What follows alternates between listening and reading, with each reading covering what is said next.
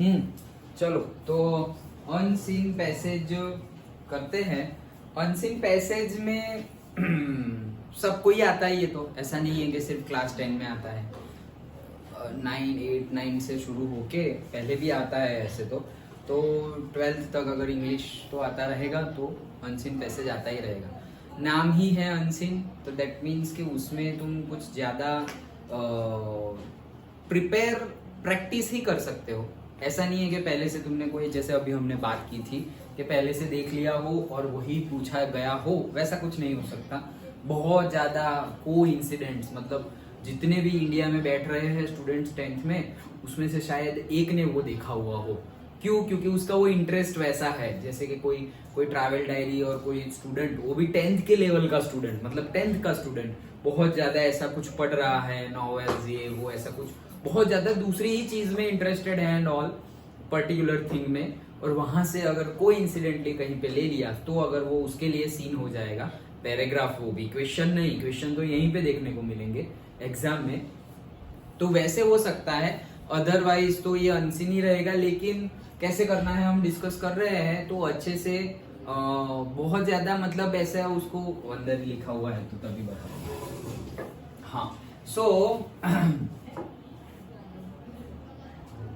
क्या बोल रहे हैं कि an unseen passage is usually given, an unseen passage is usually given to test a few critical skills. तो ये क्यों दिया जाता है, ये क्यों इतने सारे स्टैंडर्ड में ये फेमस कर दिया है कि सब में पूछ लो, और ये मार्क्स लेने वाले क्वेश्चन है। जैसे मैंने कल बताया था कि मार्क्स कटेंगे अगर शायद तुम्हारे तो इंग्लिश में तो ऐसा कोई टॉपिक नहीं है जो मतलब कुछ भी पूछ ले और तुम्हें ना आए। ओके, अगर ग्रामर अच्छे से प्रिपेयर किया हुआ है, लिटरेचर तो किया ही है, उसके साथ साथ ग्रामर के साथ साथ वो जो अपना राइटिंग सेक्शन है वो उतना कर लिया, तो से आउट ऑफ 80 75 या उससे ज्यादा मार्क्स इजीली स्कोर कर सकते हैं। अगर सारी प्रिपरेशन है तो 75 उससे ज्यादा मार्क्स इजीली स्कोर कर सकते हैं। ऐसा कुछ बहुत ज्यादा जैसे कि 75 अप लाना हो 80 में से, तो तुम्हें साइंस मैथ्स में जो मेहनत करनी पड़ेगी, एसएसटी में जो मेहनत करनी पड़ेगी 75 से अप जाने के लिए, उससे आधी मेहनत में इंग्लिश में आ जाएगा। ओके, बट इसमें ज्यादा कॉन्शियसली पढ़ाई करनी, सब में ही ज्यादा कॉन्शियसली करनी पड़ती है, बट थोड़ा बहुत ज्यादा लॉजिक ना हो कि तुम्हारा डे टू डे एक्टिविटी कैसा है, तुम्हें कितने फ्रेजेस पता है, कितने वोकेबुलरी तुम्हारी अच्छी है, तुम्हारा रीडिंग स्किल कैसा है, राइटिंग स्किल कैसा है, इंग्लिश कैसा है तुम्हारा। ओके, उसके ऊपर भी बहुत ज्यादा डिपेंडेंस हो जाता है। तो हम अभी 80 की बात कर रहे हैं, वैसे ही अगर फिर स्कूल में तुम्हें आउट ऑफ 20 18 मिल गए, 19 मिल गए, so easily you can score above 95 out of 100, और अबव 90 तो आ ही जाते हैं। ओके, अगर अच्छे से प्रिपेयर किया हुआ हो, ये 80 मार्क्स और वो 20 मार्क्स के लिए अगर थ्रू आउट अच्छा किया हुआ है, और अगर स्कूल टीचर को लग रहा है कि हाँ भाई ये पर्टिकुलर स्टूडेंट आउट ऑफ 80 जाएंगे, 77 8 9 पे चले जाएंगे, आउट ऑफ 80 में से 80 भी लेके आ गए, ऐसा स्कूल टीचर को लग रहा है, तो वो 20 देंगे। ओके, और तुम्हारे मार्क्स भी देखेंगे कि अच्छा सब में कैसे मार्क्स थे तुम्हारे, पीरियोडिक 1 2, जरूरी नहीं है सारे पीरियोडिक में आउट ऑफ आउट आए हो तो ही 20 देंगे, ऐसा नहीं है। लेकिन सारे के सारे पीरियोडिक में तुमने अच्छा स्कोर किया है, से आउट ऑफ 50 तुमने हर बार 40 अप स्कोर किया हुआ है, so there is a chance that you will get 20 out of 20। तुम्हारा परफॉर्मेंस एज वेल एज तुम्हारा बिहेवियर, मैनर्स, सब कुछ गिना जाएगा। ओके, नहीं तो लास्ट में सब कुछ अच्छा हो लेकिन कोई एक नेगेटिव पॉइंट हो टीचर के माइंड में, तो 19 पे रुक देंगे। ओके तो वो हो जाता है, इसीलिए तो बहुत ज्यादा संभालना होता है। इसलिए 9 तक तो बहुत ज्यादा स्टूडेंट हल्ला डुल्ला सब करते हैं, क्योंकि बाई फोर्स उनको मार्क्स काट सकते हैं लेकिन फेल नहीं कर सकते। वो भी ऊपर से प्रिंसिपल से और सबसे फोर्स होता है कि भाई एटलीस्ट ऊपर चढ़ा दो। ओके, 10th में भेज दो, फिर वो लोग जाने जो मेहनत करेंगे उसके ऊपर। नहीं तो मैं तो था स्कूल में, तो मैंने तो मतलब 9th में ही कितनों को मतलब 9th में ही फेल किया था। ओके, आज ही मैंने एक बहुत अच्छा वीडियो देखा था कि जब तुम गुजराती में वीडियो था और गुजरात के स्टूडेंट के लिए ही था, तो उसमें प्रॉफिट का फॉर्मूला बता रहे थे। ओके, कि मतलब तुम्हारा बिजनेस कितने का है, मतलब तुमने कितने में सेल किया और तुमने कितने में परचेज किया था। ओके, तो वो माइनस कर दो तो तुम्हें प्रॉफिट मिल जाएगा। तो वो 5th क्लास का क्वेश्चन था शायद, बस ये सब्ट्रैक्शन ही करना था, this minus this. Okay, sell minus buy, वो कर दोगे तो तुम्हें प्रॉफिट मिल जाएगा। तो कोई बच्चे को नया आया तो टीचर ने उसको 50 बार लिखने को दिया, तो वो फिर देखा कि अरे भाई गुजरात के स्टूडेंट्स को तुम्हें ये बताना पड़े कि प्रॉफिट कैसे फाइंड करते हैं, तो क्या पढ़ रहे हो तुम ऐसे, वो तो खून में होना चाहिए ऐसे प्रॉफिट। फिर वैसा बोला, लेकिन वो स्टूडेंट ने भी पहले तो लिखा 5 बार कि सेल माइनस बाई, ये वो ऐसे लिखा, sell value minus buy value, sell value minus buy value, ऐसे लिखा 5-6 बार। फिर वो भी मतलब थोड़ा बस अब बहुत हुआ, तो फिर SV minus BV, SV minus BV ऐसे करते गया। और फिर फास्ट में लास्ट में तो SV माइनस BV में ये माइनस जो बीच में है ना, उसके जैसा ही SV और BV, पता ही नहीं चल रहा है SV लिखा हुआ है ऐसे 50 बार गया। तो बोले इससे क्या फर्क पड़ेगा। ओके, मतलब टीचर ने ये, फिर टीचर को क्वेश्चन पूछा वो पर्टिकुलर पर्सन ने कि क्यों किया है ऐसा, तुमने भी देखा कि क्या हो रहा है। तो बोले कि अरे फॉर्मूला याद हो तो अच्छे मार्क्स आ जाएंगे। तो बोले उससे क्या होगा। बोले 10th में अच्छे मार्क्स आएंगे, 12th में अच्छे मार्क्स आएंगे, आगे बढ़ेगा वो। तो क्या उससे क्या होगा। बोले अच्छी कॉलेज मिलेगी। तो क्या उससे क्या होगा अच्छी कॉलेज मिलने से। अरे अच्छा खासा पैसा कमाएगा। अरे भाई पैसा कमाएगा और फिर मतलब वो पैसे कमाने तक पहुंच गया। बोले पैसे कमाएगा, अब उसका सारा ध्यान पैसे कमाने में है। ओके, तो तब तो ये फॉर्मूला भूल जाएगा कि मुझे आ गया है प्रॉफिट करना कैसे है। पैसे कमा रहा है ना वो, उसको अब पता चल गया कि प्रॉफिट करना कैसे है। फॉर्मूला याद हो ना याद हो कोई मायने नहीं रखता। Okay, doesn't matter. तुम्हें अगर बिजनेस करना आ गया, that is more important than knowing how to do business.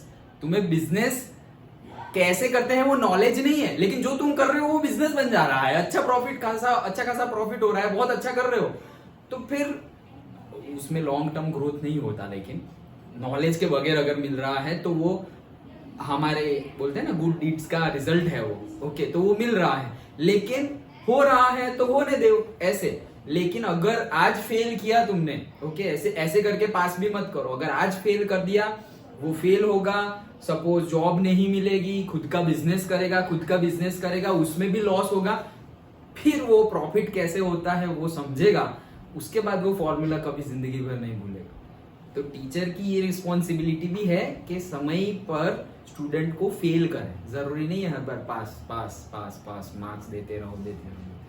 ये भी एक रिस्पॉन्सिबिलिटी है। ओके, चलो, तो ये अनसीन पैसेज क्यों दिया जाता है। तो अनसीन पैसेज स्टूडेंट के अंदर ये कैरेक्टरिस्टिक्स चेक करने के लिए दिया जाता है। Few critical skills in a student, like कैसी स्किल्स। सबसे पहले रीडिंग, हमें पता होना चाहिए कि रीडिंग कैसे करते हैं।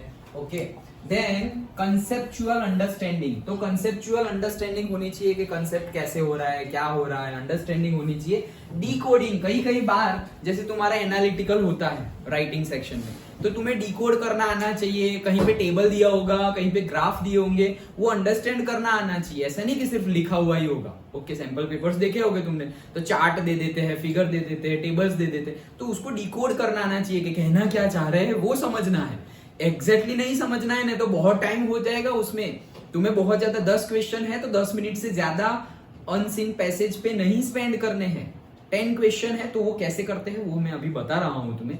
तो ऐसा ना हो कि तुम्हारा 10 आउट ऑफ 10 ले आओ, लेकिन उसके लिए तुम आधा घंटा स्पेंड कर दो। ओके, सो फिर पीछे का कब करोगे, ग्रामर कब करोगे। हाँ, ये भी एक इंपॉर्टेंट बात, अभी मंडे ही एग्जाम है तो सब बता देता हूं कि क्या करोगे। सबसे पहले क्या लगता है कौन सा सेक्शन अटेम्प्ट करोगे तुम लोग। योर चॉइस, तुम बताओ। मतलब ए, मतलब ए, यही रीडिंग कॉम्प्रिहेंशन, तो उसमें तो ये 2 पैरा आएंगे, वही है। ओके, फिर नेक्स्ट सेक्शन बी, वो ग्रामर का है। मैं ग्रामर ही करूंगा। तुम पहले ग्रामर करोगे, तुम पहले ये करोगे। ओके, तुम भी पता है। सेक्शन सी में क्या है, लिटरेचर है। ओके, देन तुम क्या करोगे, तुम्हारी सीक्वेंस बताओ। पहले ग्रामर, ABCD से ही जाओगे सीधे। तुम्हारा मतलब वही तुम्हें लग रहा है स्ट्रेंथ वहां पे है। ओके, देन तुम ABCD ऐसे ही जाओगे। तुम CBA ऐसा।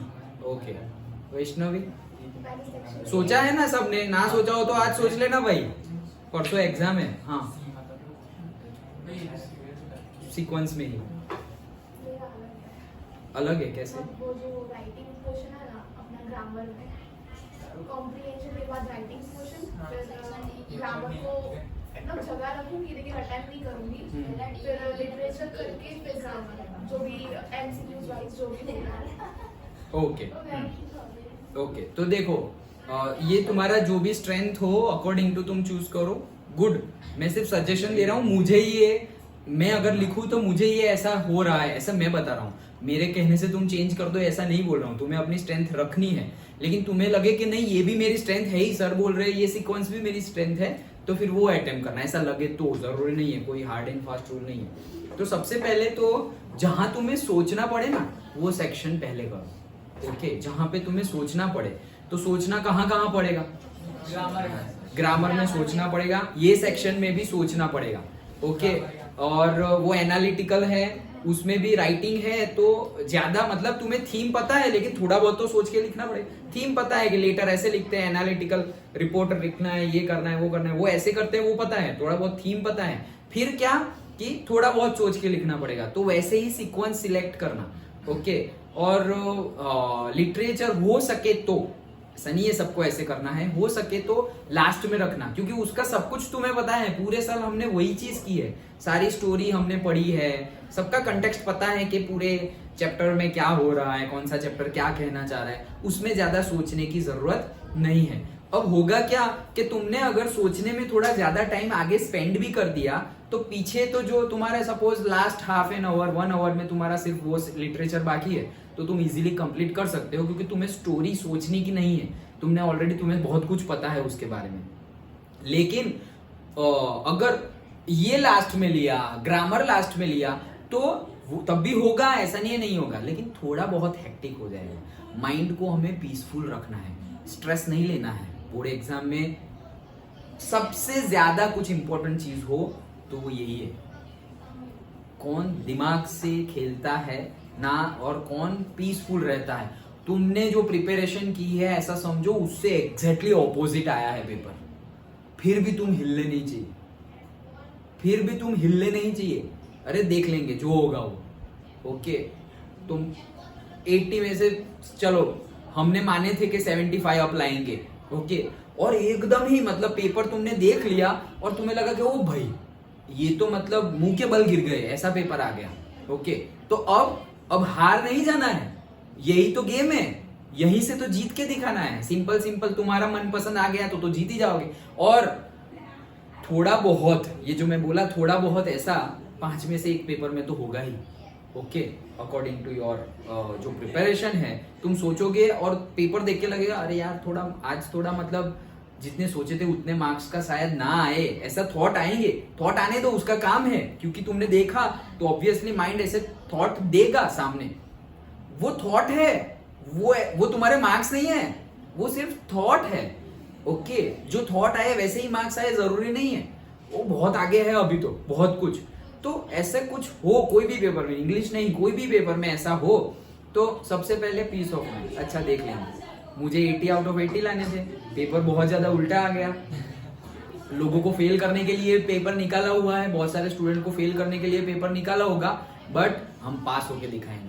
बहुत सारे स्टूडेंट पास ग्रेड में आएंगे, ऐसा पेपर निकाला है, हम फर्स्ट क्लास 60 अप लाके दिखाएंगे। ओके, बहुत सारे स्टूडेंट को 60 की रेंज में रखा है, क्योंकि 65 से ज्यादा मार्क्स ना आए, ऐसा पेपर निकाला है। 15-20 मार्क का पेपर ऐसा है कि जिसमें तुम स्कोर ना कर सको, तो 60 तो इजीली आएंगे ही, लेकिन लास्ट को 20 के लिए मेहनत करनी पड़ेगी, तो वो भी करेंगे। ओके, तुम्हें लगेगा 80 आउट ऑफ 80 तो इजीली आ जाएंगे, लेकिन अब तुम्हें लग रहा है पेपर देखने के बाद कि 60 इजीली आएंगे, 20 बाकी का 20 का कुछ कह नहीं सकते। उसमें ही मेहनत करनी है, बहुत अच्छे से मेहनत करनी है, लेकिन हड़बड़ाना नहीं है, क्या होगा, ये होगा, वो होगा, कुछ नहीं, एकदम पीस ऑफ माइंड। अच्छा देख लिया, अब उसके बेस पे कंक्लूजन, ये सेक्शन पहले, ये पहले, ये पहले। ओके, लिखना स्टार्ट कर रहे हैं, लिखना स्टार्ट कर दिया, याद आ रहा है उतना लिखते जाओ, लिखते जाओ, लिखते जाओ। अरे ये नहीं आया तो ओके, उसके समय पे याद आ जाएगा। माइंड कुछ भी बोले उसको बोलो ओके, वो टाइम पे देखेंगे, वो टाइम पे देखेंगे, अभी उसके बारे में सोचना नहीं है, अभी जो आ रहा है उस पे काम करो। ओके, जितना कम सोचने में टाइम जाएगा उतना अच्छा है।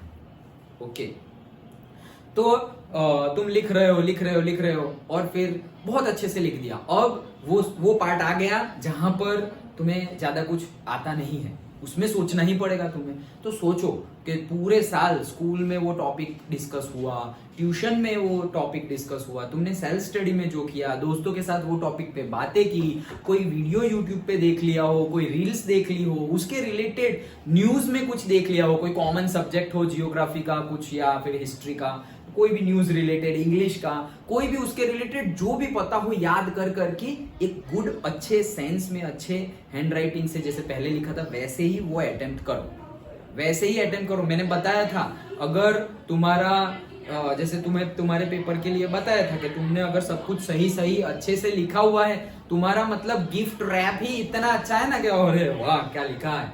फिर अंदर भले ही कुछ भी कचरा भी भरा हुआ हो, लेकिन तुमने पहले खुश कर दिया, मतलब तुमने अपना काम कर लिया। ओके, फिर कचरे के मिलने चाहिए 0, लेकिन तुम्हें 0 नहीं मिलेंगे, तुम्हें ज्यादा मार्क्स मिलेंगे। उनको पता भी शायद ना चले कि ये तो डुप्लीकेट है, ओरिजिनल है ही नहीं। उनको शायद पता भी ना चले, इवेल्युएटर को टाइम भी नहीं होता है, उनके पास इवेल्युएटर के पास टाइम नहीं होता है। पर आवर बेस पे उनको कई जगह पे पर आवर बेस पे मिलते हैं, कई आवर बेस पे तो बहुत पुराना हो गया है, अब सप्लीमेंट्री बेस पे ही पेमेंट होती है। ओके, तो भाई तुमने 100 चेक की तो ये लो तुम्हारे 1000, 5000, 10,000 जो भी रेट हो, आई डोंट नो, मतलब अभी सोचना नहीं चाहता, लेकिन जो भी रेट हो, तो भाई 1 घंटे में सपोज मुझे 5000 मिल रहा है, तो मैं क्या चाहूंगा कि मैं यहाँ 3 घंटे बैठ रहा हूं, तो मैं ज्यादा से ज्यादा पेपर चेक करूं। ओके, और मैं ये भी चाहता हूं कि मेरी गलती की वजह से कोई स्टूडेंट की लाइफ बिगड़े ना। किसी को एक्स्ट्रा मिल गए तो मुझे तो कोई लॉस नहीं है। तुम्हारे अगर आउट ऑफ 80 में से 70 आ रहे हो, लेकिन मैंने 75 दे दिए, तो किसी को प्रॉब्लम नहीं है पूरी दुनिया में, किसी को नहीं, ना बोर्ड को, ना तुम्हारे पेरेंट्स को, ना तुमको, ना इवेल्युएटर को, किसी को प्रॉब्लम नहीं है। लेकिन कम दे दिए तो थोड़ा दिल में रह जाएगा, अरे यार जल्दबाजी, पैसे कमाने तो थे, चेकिंग तो करनी थी, लेकिन जल्दबाजी में थोड़ा स्टूडेंट के साथ ऐसा हो गया होगा। तो ये एक गिल्ट फीलिंग, ये मतलब एडवांटेज स्टूडेंट के साथ रहेगा। तो तुमने जितने सोचो, आज तक का रिकॉर्ड है, बोर्ड में तुमने जितने मार्क्स सोचे होंगे उससे ज्यादा ही आएंगे। ये लास्ट में ही बोलने वाली बात थी, इसलिए अभी लास्ट में ही बता रहा हूं। तुम जितना भी प्रिपरेशन किया होगा और फिर तुम चेक करोगे पेपर देने के बाद कि अच्छा मेरे आउट ऑफ 80 70 हो रहे हैं, तो अनडाउटेडली 70 से ज्यादा आएंगे, अनडाउटेडली। ओके, तुम जैसे स्कूल में तुम्हारा पेपर जाए उसके बाद जो चेक करते हो कि मेरे इतने आएंगे, वैसा डिट्टो चेक करोगे तो तुम्हारे ज्यादा ही मार्क्स आएंगे। अरे कई लोग तो ऐसा कि मतलब ऐसा बोलते हैं कि मैंने तो कुछ लिखा ही नहीं, कई तो ऐसे कि भाई थोड़ा बहुत लिखा है, गए एकदम गए, मतलब फेल होंगे। वो लोग भी 50-60% लेके आते हैं जो फेल होने वाले होते हैं। ओके, ऐसे मिरेकल होते हैं। सो डोंट लूज होप, थोड़ा कुछ नहीं आ रहा है, ये वो, लास्ट तक हार नहीं माननी है। जब तक ऑन पेपर हमारे हाथ में ना आ जाए कि तुम्हारे भाई इतने कम मार्क्स आए हैं, रिटर्न में ना आ जाए, तब तक कोई नेगेटिव थॉट हमारा माइंड बताए, कोई हमारे फ्रेंड का माइंड बोले, हमारे टीचर, फ्रेंड, मतलब पेरेंट, कोई भी कुछ भी नेगेटिव बोले, वो गलत नहीं है, वो अपने एक्सपीरियंस के बेस पे बोल रहे हैं, तो वो गलत नहीं बोल रहे हैं, बट एक्सेप्ट मत कर लेना जेंटली। हाँ ओके, देखते हैं अब तो क्या आता है, वो बात को वहीं से पीसफुली उसको क्विट करो। वो कोई भी बोल रहा है गलत नहीं बोल रहा है, सब अपने एक्सपीरियंस शेयर कर रहे हैं, वो सब अच्छी बातें हैं। ओके, बट तुम्हें अंदर से लास्ट तक वही कि नहीं जीत अपनी होगी, वो रखना पड़ेगा अंदर तक। पूरी दुनिया भी सामने हो जाए कि नहीं भाई ये बार का पेपर तो बहुत हार्ड था, चेकिंग ऐसे होने वाली है, मैंने सुना कि पेपर लॉस हो गए, अब जितने लॉस हो गए वो ऐसी सारी आएगी कि, और सही में होता है, ऐसे नहीं सिर्फ अफवाही, सही में कई बार ऐसे कि खो गई, सप्लीमेंट्री खो गई, ऐसा भी केस होते हैं। ओके, और फिर सही में ऐसा हुआ होता है, हाँ अफवाह तो होती है, लेकिन सही में भी ऐसा हुआ होता है कि कुछ भी हो जाए, इतने करोड़ों सप्लीमेंट्री होती है, कहीं खो गई तो फिर अफवाह उसके बाद आएगी कि अरे यार अब जिसकी खो गई ना उसको फेल कर देंगे, या फिर जिसकी खो गई ना उसको सिर्फ पासिंग मार्क देंगे। तो अब सोचो तुमने 70 एक्सेप्ट किए हो और आए 40, तो भाई ये तो 30 मार्क का लॉस हो गया। लेकिन वैसा जनरली हो, जब तक तुम्हारे हाथ में ना आ जाए तुम्हारी मार्कशीट, तब तक कितनी भी नेगेटिव बातें आए उनके साथ एंटेंगल्ड नहीं होना है, उनको समझाने नहीं जाना है, उनके साथ झगड़ना नहीं है, peacefully okay we will see, result को बोलने दो, रिजल्ट को बोलने दो, बाकी जो बोल रहे हैं उनको ओके माइंड में वैसे बोल दो यू आर करेक्ट, आपकी बात सही है, लेकिन फिर अपने माइंड में बोलो, सामने मत बोलना, by your view point. Okay ये मैं जो स्पिरिचुअल सत्संग देखता हूँ उसमें ऐसे बताते हैं, किसी के साथ भी अगर किसी के साथ हम एग्री ना हो ना, तो वो ऐसे किसी का ईगो बहुत है, कहते यार इतना बड़ा हूं मैं ये हूं वो हूं, और तू एग्री कर रहे, हम अपने एक्सपीरियंस से बोल रहे हैं, बात सही है सब कुछ, तो बोल दो कि यू आर करेक्ट, फिर माइंड में बोल दो बाय योर व्यू पॉइंट, मेरे व्यू पॉइंट से तो गलत ही हो लेकिन तुम्हारे व्यू पॉइंट से तुम सही हो और मेरे व्यू पॉइंट से मैं सही हूं, तुम गलत हो ऐसा भी मत बोलो, हम क्यों किसी को गलत बोले, उनके व्यू पॉइंट से वो सही है, हमारे व्यू पॉइंट से हम सही है, लेकिन तुम उनको गलत बोलोगे ना तो एंटेंगल्ड हो गए, उनकी नेगेटिव एनर्जी एक्सचेंज होने लगेगी, किसी की नेगेटिव एनर्जी चाहिए ही नहीं, कोई बोलेगा तू गधा है, ओके भाई हूं मैं, करो अपना काम, ओके किसी के बोलने से हो नहीं जा रहा है, लेकिन तुमने मुझे गधा बोला, that means you have accepted, okay हाँ भाई तुम्हें ऐसा लग रहा होगा, मुझे तो नहीं लग रहा है, ऐसा भी बोल सकते हो, इसमें हमने कहा उसको हर्ट किया है,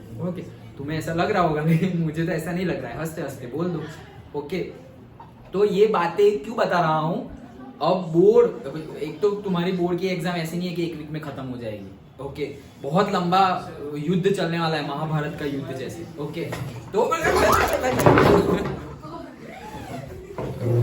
किसने किया ये कांड, जितने बचे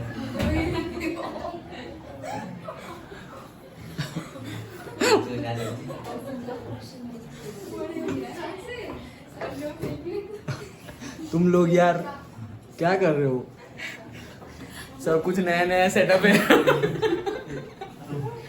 थोड़ा आराम से, अभी पैर पे नहीं फैलाने है ना किसी को हाँ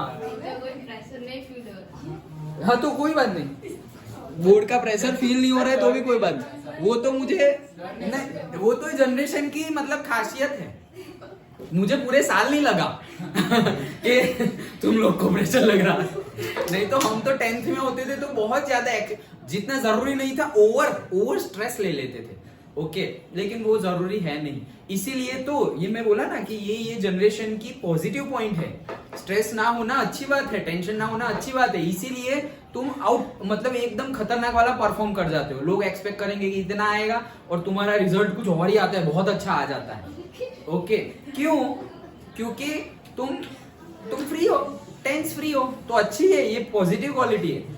जो बहुत ज्यादा टेंस हो जाते हैं, स्ट्रेस्ड हो जाते हैं, उन्होंने कितनी भी पढ़ाई की हो, वो तुम सोचोगे कि तुम्हारे स्कूल में जिसका फर्स्ट रैंक आ रहा है उसका बोर्ड में 5th रैंक आया, बोले भाई पूरे साल 8, 9, 10 में भी सब कुछ सब जगह फर्स्ट आता था, तो तुम्हारा 5th आया, 4 लोग ऐसे कैसे आगे निकल गए तुम्हारे से, बेचारा टेंस बहुत रहता था वो बेचारी, व्हाटएवर, ओके तो टेंस नहीं रहना है।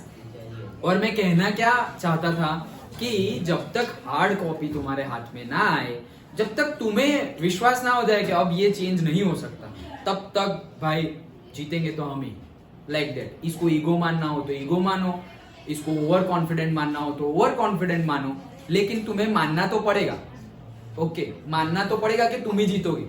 जैसे महाभारत युद्ध अभी था इसलिए याद आया कि भाई यहाँ पे मेन लोग 5 ही है, पांडव 5 लोग, ओके वहां पे तो एक ही आदमी कोई ऐसे 5 को मार दे, वैसे कैसे कैसे धुरंधर थे सब, ओके भीष्म पितामह, द्रोणाचार्य, कर्ण, सब लोग, भीष्म पितामह उनके दादा है, दादा, और सब नॉलेज में भी उनसे ज्यादा, सब में उनसे ज्यादा द्रोणाचार्य, जिन्होंने उनको सिखाया उनके सामने लड़ना है, कर्ण जिसको भीष्म पितामह ने, जिसको भीष्म पितामह के जो गुरु थे वही कर्ण के गुरु थे, परशुराम। तो सोचो इनको जिन्होंने सिखाया हो तो उनके साथ लड़ना है, ओके ऐसे ही हरा देते, ऐसे ही हरा देते, लेकिन यहाँ पे एक पार्टी थी ना जो लड़ नहीं रही थी नीचे है यहाँ पे है बीच में उडुपी कृष्णा, ओके तो उन्होंने संभाला। जीत एक्चुअली पहले मेंटली होती है, उसके बाद आगे वर्ल्ड में एग्जिस्टेंस में आती है। पहले तुम्हें माइंडफुली अपने मन में जीतना होगा, उसके बाद वो जीत बाहर आएगी। और मन में हार गए तो वो हार फिर बाहर आएगी। ओके, तो कैसा भी पेपर हो, कुछ भी प्रिपरेशन भी कुछ भी हो, उसका भी टेंशन नहीं लेने का। कई स्टूडेंट होंगे जिनकी बहुत अच्छी प्रिपरेशन नहीं है और अब थॉट आ रहा होगा अब क्या करे भाई, इन लोग का तो सब हो गया है, हमारा नहीं हुआ। कोई बात नहीं, अभी आज से एग्जाम तक जितनी प्रिपेयर कर सकते हैं उतनी प्रिपरेशन करो, उससे भी देख लेंगे जो भी मार्क्स आएंगे वो। ओके, टेंस नहीं रहना है, टेंशन सोचते नहीं रहना है कि अरे यार सबका हो गया मेरा नहीं हुआ, अब क्या करेंगे ये वो। वैसे फालतू के थॉट्स में और नेगेटिव थॉट्स में टाइम वेस्ट नहीं करना है। अब तक जो हुआ वो हुआ, आगे हम अपना बेस्ट कैसे देंगे। और उससे भी एक पॉइंट आगे, अभी मैं अपना बेस्ट कैसे दूं, अभी एट दिस पॉइंट। पास्ट को मैं चेंज कर नहीं सकता, फ्यूचर में मैं घुस सकता नहीं हूं, अभी मैं क्या करूं, अभी what is best for now, उसके ऊपर ध्यान दो, उसके ऊपर सारे ही पेपर दे दो। फिर ये जो मैं बोला वो पेपर में भी लागू होता है कि पहला पेपर तुम्हारी एक्सपेक्टेशन से अच्छा गया हो, बहुत ज्यादा अच्छा गया हो, एक्सपेक्टेशन जैसा ही गया हो, एक्सपेक्टेशन से थोड़ा पीछे गया हो, जैसे ही अंदर से बाहर निकलो, जैसे मंडे तुम बाहर निकलोगे तो इंग्लिश की बात करना बंद, खत्म, over, tata bye bye.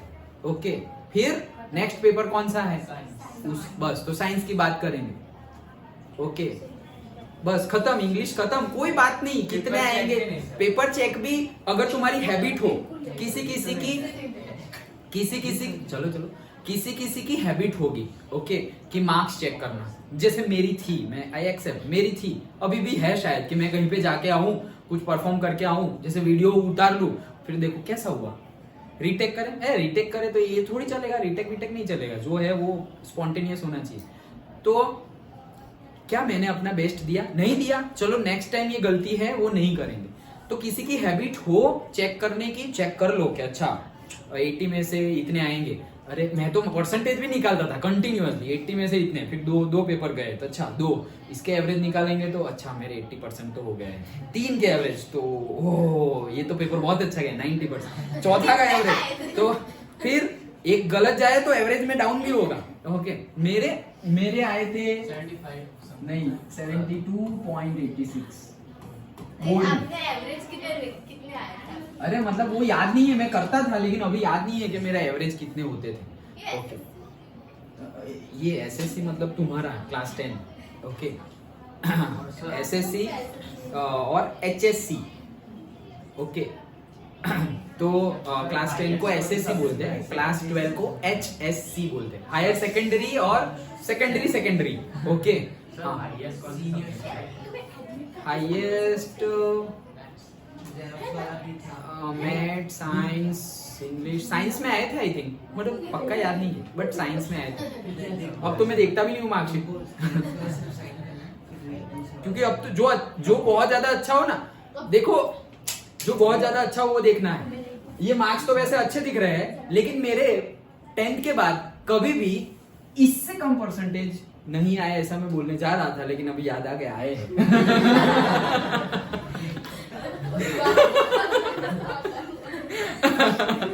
Blooper हो गया। ओके चलो, इससे कम परसेंटेज आए थे 12th में 69।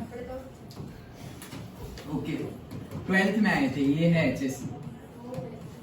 तो एचएससी, हाँ, तो 10th में इतने आए थे, 12th में भी इतने आए थे। फिर भी इसके पहले की स्लाइड बताई ना, मैं तो वही सिक्का घूमते रहता हूँ। इसके पहले की स्लाइड दिखाई ना, जो भी अच्छा हो ना उसी को याद रखो। तो अपने लिए अच्छा तो यही। ओके, तो जो अच्छा हो उसको ही पब्लिश करो, अपनी अच्छी बातें ही याद रखो ना, तभी तो खुश रहेंगे। हमारे साथ जो अच्छा हुआ वो याद रखेंगे तभी तो खुश रहेंगे।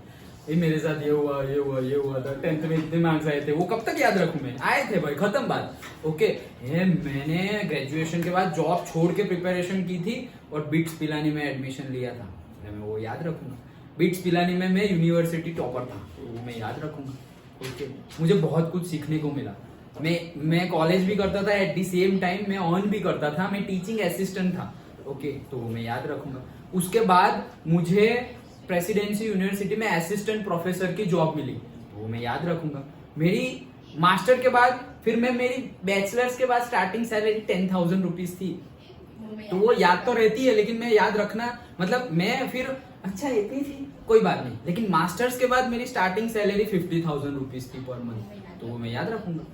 अच्छी बातें याद रखूंगा। फिर वो 50,000 के बाद तो फिर पूरे 2 साल तो भाई मतलब स्टारडम जैसा था, तो वो सब याद रखूंगा। मैं तो रिवाइज करते रहता हूँ कैसी स्टारडम थी, क्या था, मतलब एकदम एक्स्ट्रा ऑर्डिनरी पर्सनालिटी, तो वो अच्छी बातें याद रखूंगा। तभी तो अच्छा अभी करने के लिए मुझे मोटिवेशन मिलेगा कि भाई ऐसा नहीं है, पहले भी करके दिखाया है, अभी भी करके दिखाएंगे, लाइक दैट। ओके, तो बातें रिजल्ट की हो रही थी इसलिए, तो कोई बात वो हो रही थी क्या कि अगर ऐसा हो जाए कि मतलब तुमने एग्जाम दे दी तो एग्जाम दे दी, बात खत्म। उसके बारे में तुम्हारी हैबिट हो अगर कैलकुलेट करने की, कैलकुलेट करो और फिर उसको छोड़ दो, फिर लास्ट में सारे पेपर खत्म हो जाए तब वापस कैलकुलेट करना। सिर्फ अभी मार्क्स कैलकुलेट करोगे। अच्छा, अगर हैबिट हो तो, ना हो तो नई हैबिट बनाने की जरूरत नहीं है। ओके, हैबिट हो कि मुझे चेक करने की कितना अच्छा हुआ, ये हुआ वो तो करो। ओके, फिर उससे अगर टेंशन आ रहा हो तो मत करो। If you can handle your mind then do it. Habit तो है, लेकिन ये भी ट्रूथ है कि हर बार फिर अगर गलत हो गया तो फिर मैं थॉट में घुस जाता हूँ, मुझे डर लगता है, स्ट्रेस हो जाते हैं, वैसे सब नेगेटिव पॉइंट है, तो नेगेटिविटी के लिए जगह है नहीं। तो भाई हैबिट को तोड़ दो, नहीं चेक करना, रखो, खत्म बात, अभी नहीं देखना है।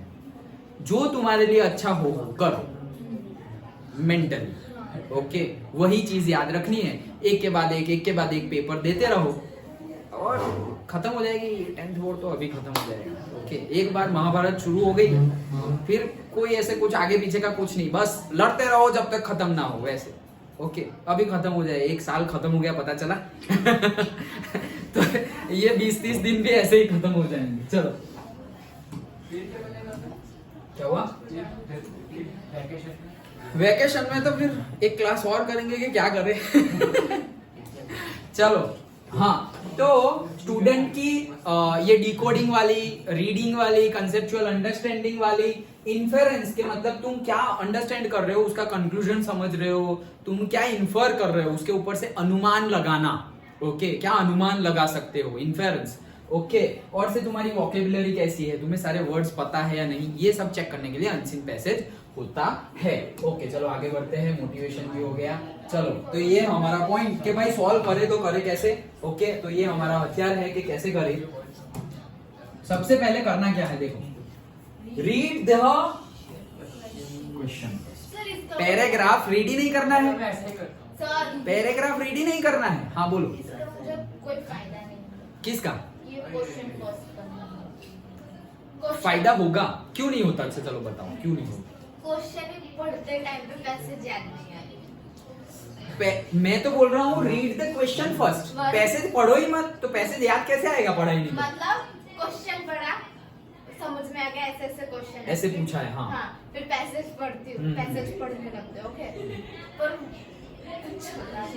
अभी प्रैक्टिस करेंगे ना, अभी जो हम बोल रहा हूँ मैं वैसे ही अभी हम प्रैक्टिस करेंगे। ओके, सबसे पहली बात क्या करना है, रीड द क्वेश्चन फर्स्ट। ये ट्रिक मैंने तुम्हें क्लास के टाइम पे बताई थी, लास्ट में, लास्ट 1 मंथ 2 मंथ में ही बोला था ये, कि तुम्हें क्वेश्चन पहले अटेम्प्ट करने हैं, रीड करने हैं। अटेम्प्ट करने मतलब रीड करने।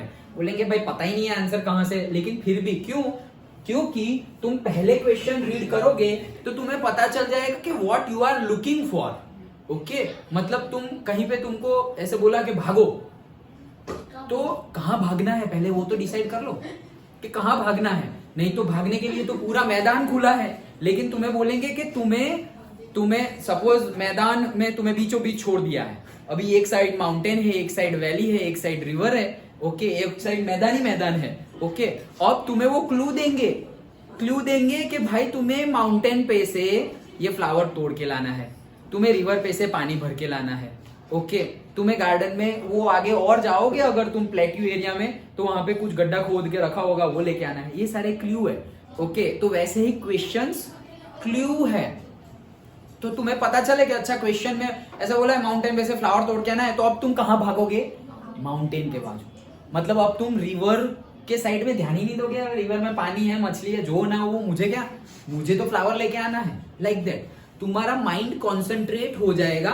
अब जब तुम पढ़ोगे तो तुम उसी पे ज्यादा कॉन्सेंट्रेट करोगे जो तुम्हें क्वेश्चन में पूछा है।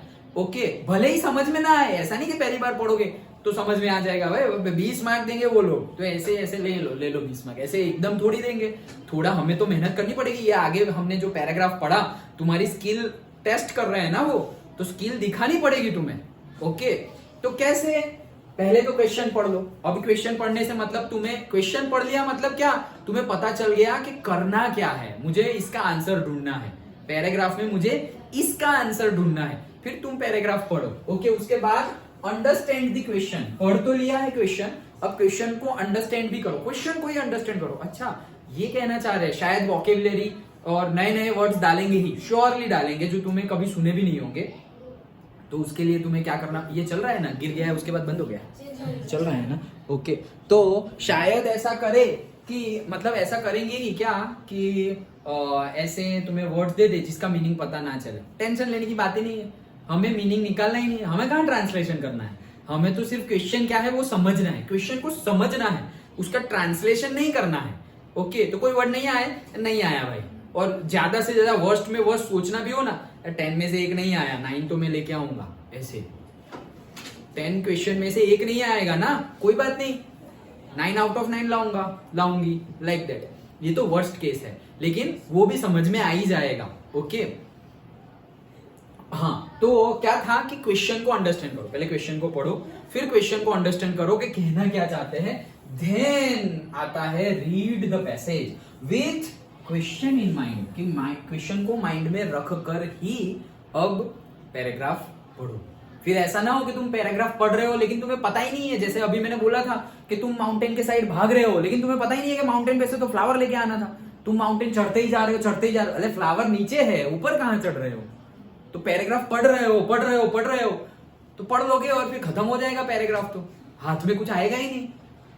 तो तुम्हारे माइंड में क्वेश्चन रहना चाहिए पैराग्राफ पढ़ते समय, तब वो मिलेगा कि अच्छा फ्लावर ढूंढना था, फ्लावर तो सारे यहाँ है, ऊपर तो बर्फ गिरी हुई है। ओके तो ग्राउंड पे ही, फिर आगे भागते नहीं रहना है।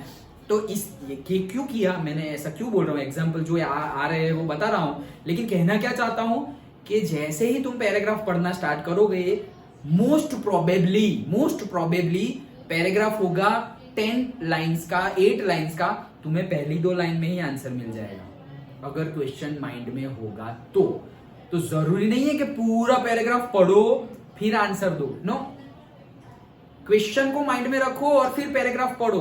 तो मोस्ट प्रोबेबल केस 99% केस क्या होगा, तुम्हें पहली 2-3 लाइन में ही आंसर मिल जाएगा, उसके बाद का पैराग्राफ पढ़ो ही मत। फिर डायरेक्ट दूसरे क्वेश्चन क्या था, अच्छा दूसरा क्वेश्चन ये है, क्या था मतलब पेपर में देख लो, सारे क्वेश्चन याद करने नहीं बैठने, पेपर ये क्वेश्चन है, अच्छा इसके रिलेटेड कुछ नहीं आया, फिर से क्वेश्चन ये कहना चाह रहे हैं, ये अभी प्रैक्टिस करेंगे, लेकिन ये मैं तुम्हें ट्रिक समझा रहा हूं कि ये इंपॉर्टेंट है, फिर तो हम प्रैक्टिस करेंगे तो आ जाएगा। ओके सो क्वेश्चन को माइंड में रखकर पैसेज को पढ़ना है, जरूरी नहीं है पूरा पैसेज पढ़ो, 2-3 लाइन में आंसर मिल जाए, दैट्स इट, तुम्हारा काम हो गया। ओके अब दूसरे क्वेश्चन पे आ जाओ। Locate answers with the help of keywords, ये भी इंपॉर्टेंट है। क्वेश्चन में कीवर्ड्स यूज किए गए होंगे, क्वेश्चन में ही कीवर्ड्स यूज किए होंगे, तो वो कीवर्ड्स को याद करो, वो कीवर्ड्स पैराग्राफ में होंगे।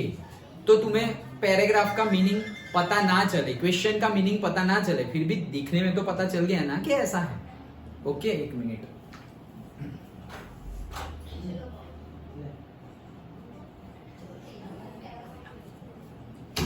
हाँ तो कीवर्ड्स को भी ध्यान में रखो, अगर समझ में ना आए क्वेश्चन तो एटलीस्ट कीवर्ड्स तो पता है, पैराग्राफ भी समझ में ना आए एटलीस्ट कीवर्ड तो पता है, उससे पता चल जाएगा अच्छा ये वर्ड पैराग्राफ में है, मतलब इसके आसपास ही होगा। ये तो एक गेम जैसा है, वो क्लू वाली गेम होती है ना, वैसे गेम वाला है अनसीन पैसेज, लेकिन ये सब पता होना चाहिए कि करते कैसे है। Understand the passage instead of translating, okay कोई नहीं, हाँ कुछ टूटा फूटा नहीं ना, पैर मतलब माफी मांगो, ओके चलो। So understand the passage instead of translating. Passage को समझना है, पैराग्राफ को समझना है, ट्रांसलेट करने नहीं बैठना है कि यार ये वर्ड का मीनिंग क्या है, ये सेंटेंस का पूरा मीनिंग क्या होगा। कौन पूछ रहा है तुम्हें ये सब? सिर्फ समझो कि कहना क्या चाह रहे हैं, पैराग्राफ है किसके ऊपर, वो समझना है। ओके, पूरा ट्रांसलेट करने बैठना नहीं है, उतना टाइम नहीं है अपने पास, और जरूरी भी नहीं है। करोगे तो तुम्हें ज्यादा मार्क्स मिलेंगे ऐसा भी नहीं है। क्वेश्चन है, उसका आंसर पता चला तो मार्क्स मिलेंगे, नहीं तो नहीं मिलेंगे। फालतू का टाइम वेस्ट नहीं करेंगे क्या मुझे तो सब पता है, पूरा पैराग्राफ मुझे ऐसे बाय हार्ट हो गया, ये वो क्या काम है भाई। ओके, तो इंस्टेड ऑफ ट्रांसलेटिंग तुम्हें अंडरस्टैंड करना पड़ेगा। तो वर्ड, अभी ये बेनिफिट है, इससे होगा क्या कि तुम्हें अगर कई वर्ड्स है, वोकैबुलरी, ग्लॉसरी तुम्हें पता नहीं चल रहा है, कोई बात नहीं, हमें कहाँ ट्रांसलेशन करना है, हमें तो सिर्फ मीनिंग निकालना था।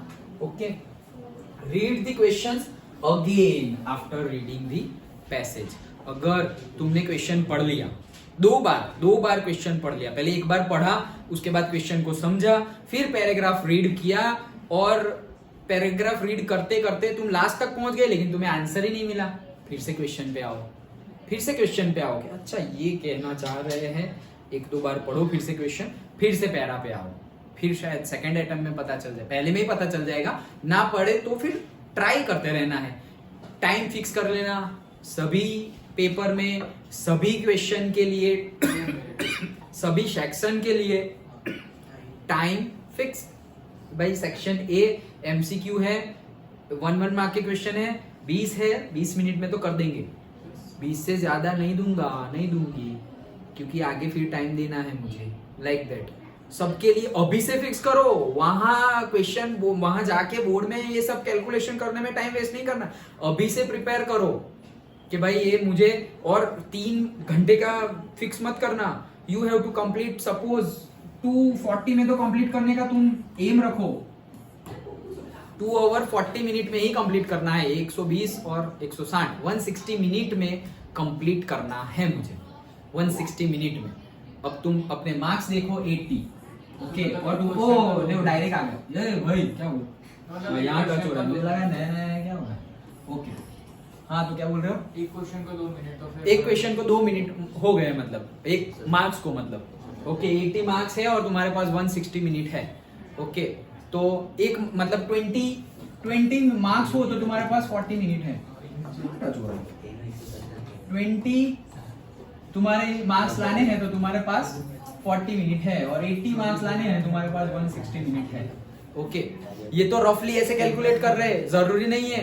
कई चीजें जैसे डिस्क्रिप्टिव क्वेश्चन आंसर होते हैं तो वो 5 मार्क मिलेंगे, लिखने के लिए बहुत ज्यादा टाइम जाएगा, 10 मिनट में शायद कंप्लीट ना भी हो, मैथ्स हो, कैलकुलेशन करना हो, कहीं पे गलती हो गई तो मिलेंगे 5 मार्क, और 10 मिनट में कंप्लीट करना है। वो हो भी सकता है, नहीं भी हो सकता, that depends on your practice, your speed. तो उस हिसाब से सब कुछ माइंड में रख के कि भाई मुझे यहाँ, तुम्हें पहले से ही पता है कि तुम कहाँ पे स्लो हो, तो पहले से ही कि यहाँ पे हम स्लो है तो यहाँ पे ज्यादा टाइम देंगे, यहाँ पे हम फास्ट है तो भाई कम ही टाइम देंगे। ओके, 20 मार्क्स है तो 40 मिनट देंगे ही नहीं, ये तो मुझे पक्का ही आता है, 20 मिनट में ही कंप्लीट, तो तुम्हारे 20 मिनट बच गए। अब जहां पे तुम स्लो हो वहां पे तुम 20 मिनट्स को ऐड कर दो। समझ में आ रहा है? पक्का? ओके, तो हाँ क्या था हमारा, फिर से क्वेश्चन पढ़ो। For synonyms read the referred paragraph once again. कई बार तुम्हें पूछा जाएगा कि सिनोनिम्स बताओ, एंटोनिम्स बताओ, ऑपोजिट वर्ड बताओ, पूछा जाएगा कि पैराग्राफ में से इसके सिनोनिम ढूंढो, तो फिर से पैराग्राफ पढ़ लेना है। And solve the unseen passage from, ये practice, previous years papers and sample papers, उसमें से सॉल्व करो। ये मेथोडोलॉजी से आगे बढ़ोगे तो 20 मार्क्स है, 20 में से 16 अब तो आ ही जाएंगे अगर अच्छे से प्रिपेयर कर रहे हो, प्रैक्टिस कर रहे हो तो। देखो मार्क्स मिलेंगे, मेहनत करोगे और मार्क्स नहीं मिलेंगे, ये कॉन्फ्लिक्ट वाली सेंटेंसेस है, वैसा होगा नहीं। मेहनत करोगे तो मार्क्स मिलेंगे और मिलेंगे ही। ओके, चलो आगे बढ़े, चलो तो स्टार्ट करते हैं। ये तुम्हारा सैंपल पेपर का ही क्वेश्चन है। ओके, यस, ये रुको, पहले हम क्वेश्चन पढ़ने वाले हैं ना, तो इसको हटाओ, इसको भी हटाओ। चलो क्वेश्चन पे आ गए। हाँ, तो क्या बोल रहे हैं कि why does, पढ़ सकते हो ना तुम लोग, why does the writer say that mountains inspire awe in humans? और तुम्हें बताया भी है पैराग्राफ में, ये सब में देंगे वो जरूरी नहीं है। अगेन ये दिया हुआ है सैंपल पेपर में, लास्ट ईयर का सैंपल पेपर है ये। हाँ, इस बार नहीं दिया, दिया है ना, ये दिया है, क्या कर रहे हो? मिक्स है, ओके चलो। तो इसीलिए मैं बता दे रहा हूँ, ओके, कि ये जरूरी नहीं है कि दे तो बोनस समझ लो, ना दे तो सब तो पढ़ना ही है वैसे भी, ओके। अच्छा, तो देखो, why does the writer say that mountains inspire awe in humans? तो भाई क्यों ऐसा किया, ऐसा मतलब क्यों बोल रहे हैं, ओके, हमारे ऑथर राइटर ऐसा क्यों बोल रहे हैं कि mountains inspire awe in humans? तो भाई आप ऑप्शन पढ़ने की जरूरत नहीं है, क्वेश्चन को पढ़ना है और क्वेश्चन को समझना है, डन, ओके। तो भाई राइटर को ऐसा क्यों लग रहा है कि ह्यूमंस के अंदर ये ऑ की फीलिंग, मतलब अब शायद तुम्हें ग्लॉसरी ये ऑ क्या होता है, ओके। तो शायद किसी को पता ना चले, तो फिर पैराग्राफ पढ़ो तो पता चल जाएगा, वरना ये तो मतलब आता है ओ ऐसे थोड़ा हैप्पी फीलिंग, और थोड़ा हैप्पी के साथ रिलेटेड है, नॉट सैड के साथ रिलेटेड है, ओके। तो अब हम पढ़ते हैं, कहाँ गया ये। तो क्या बोल रहे हैं, mountains have always been held in great awe by mankind, okay. थोड़ा पढ़ लेते हैं आगे, ऑप्शन पता चल जाए। तो ऑलवेज बीन पहले से ही ऐसा है, क्यों? There have been a challenge to humans. तो क्यों ऐसा आती है फीलिंग?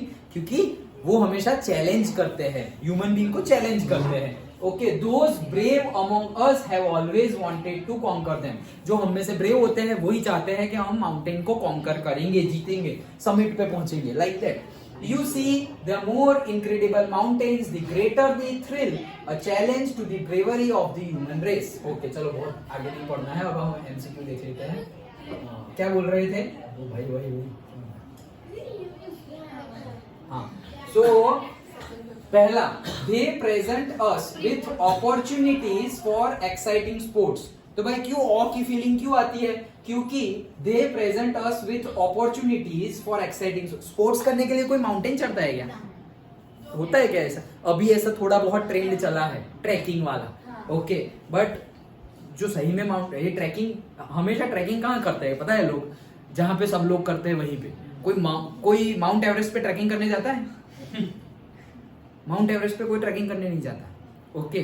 तो ट्रैकिंग वैसी जगह पे होती है जैसे तुम पावागढ़ चले गए, ओके। तो भाई सब लोग जा ही रहे हैं, सब लोग रोपवे में बैठ के जा रहे हो और तुम चढ़ के जा रहे हो। गुम हो गए तो भी यहाँ कहीं ढूंढ लेंगे लोग, ओके।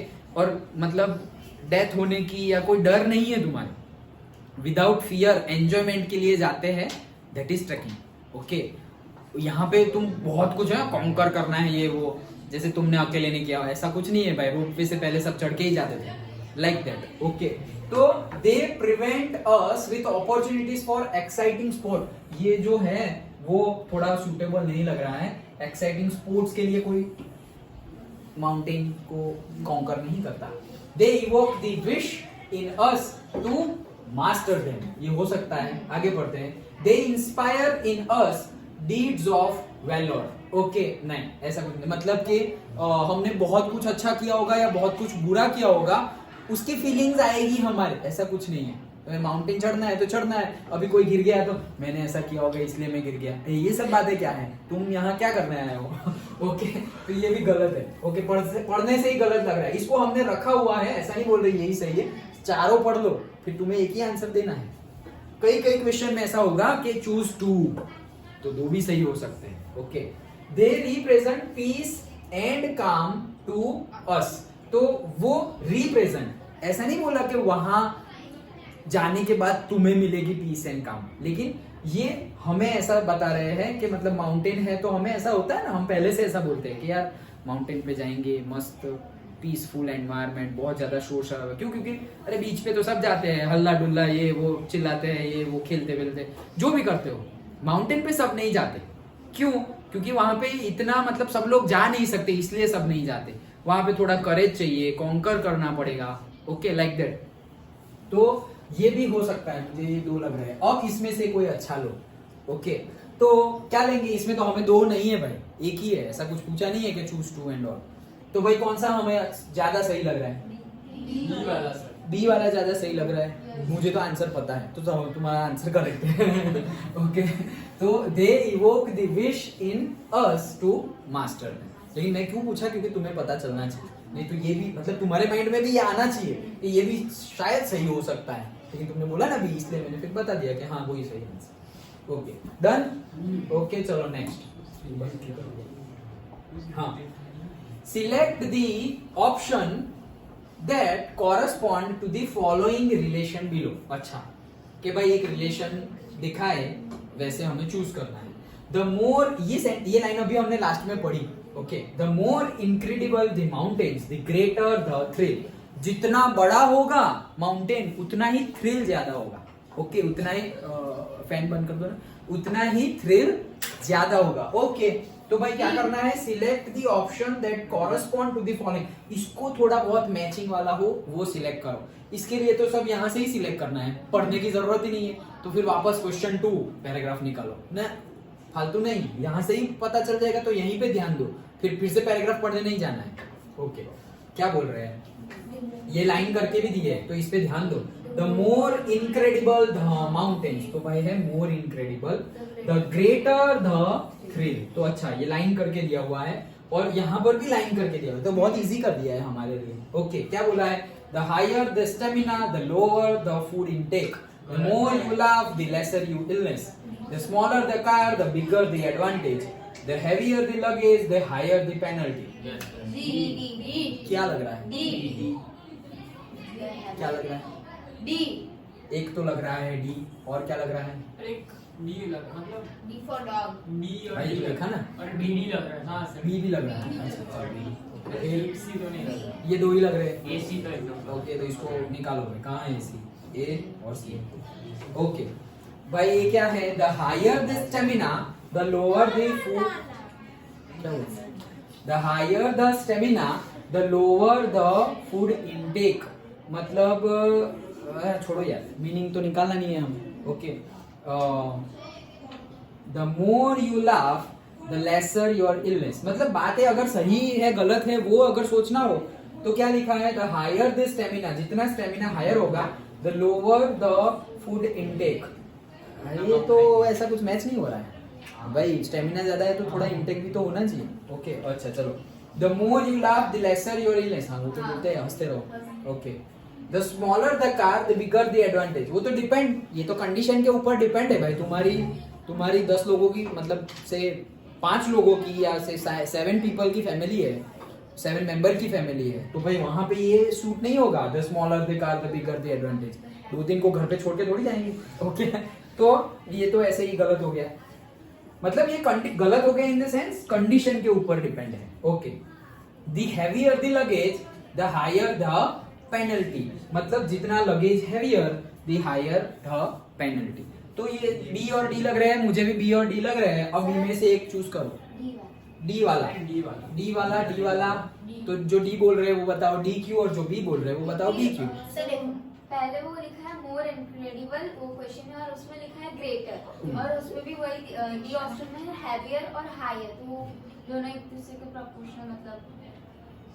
हाँ ओके, और कोई एक्सप्लेनेशन?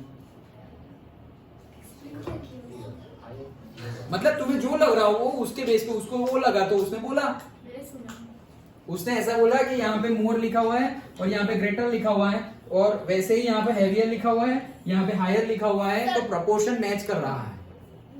पता नहीं जहाँ पे मैंने डी क्यू चूज किया, दी मोर इनक्रेडिबल द माउंटेन। मतलब जितना इनक्रेडिबल होगा उतना ही ग्रेटर थ्रिल होगा, तो हैवियर होगा उतना ही हायर प्लान। मतलब दोनों में हायर हायर। हाँ वो भी वही बोल, कहने का मीनिंग वही था उसका। ओके हाँ, फिर और कुछ? बी क्यू, जो बी बोल रहे हैं वो बी क्यू।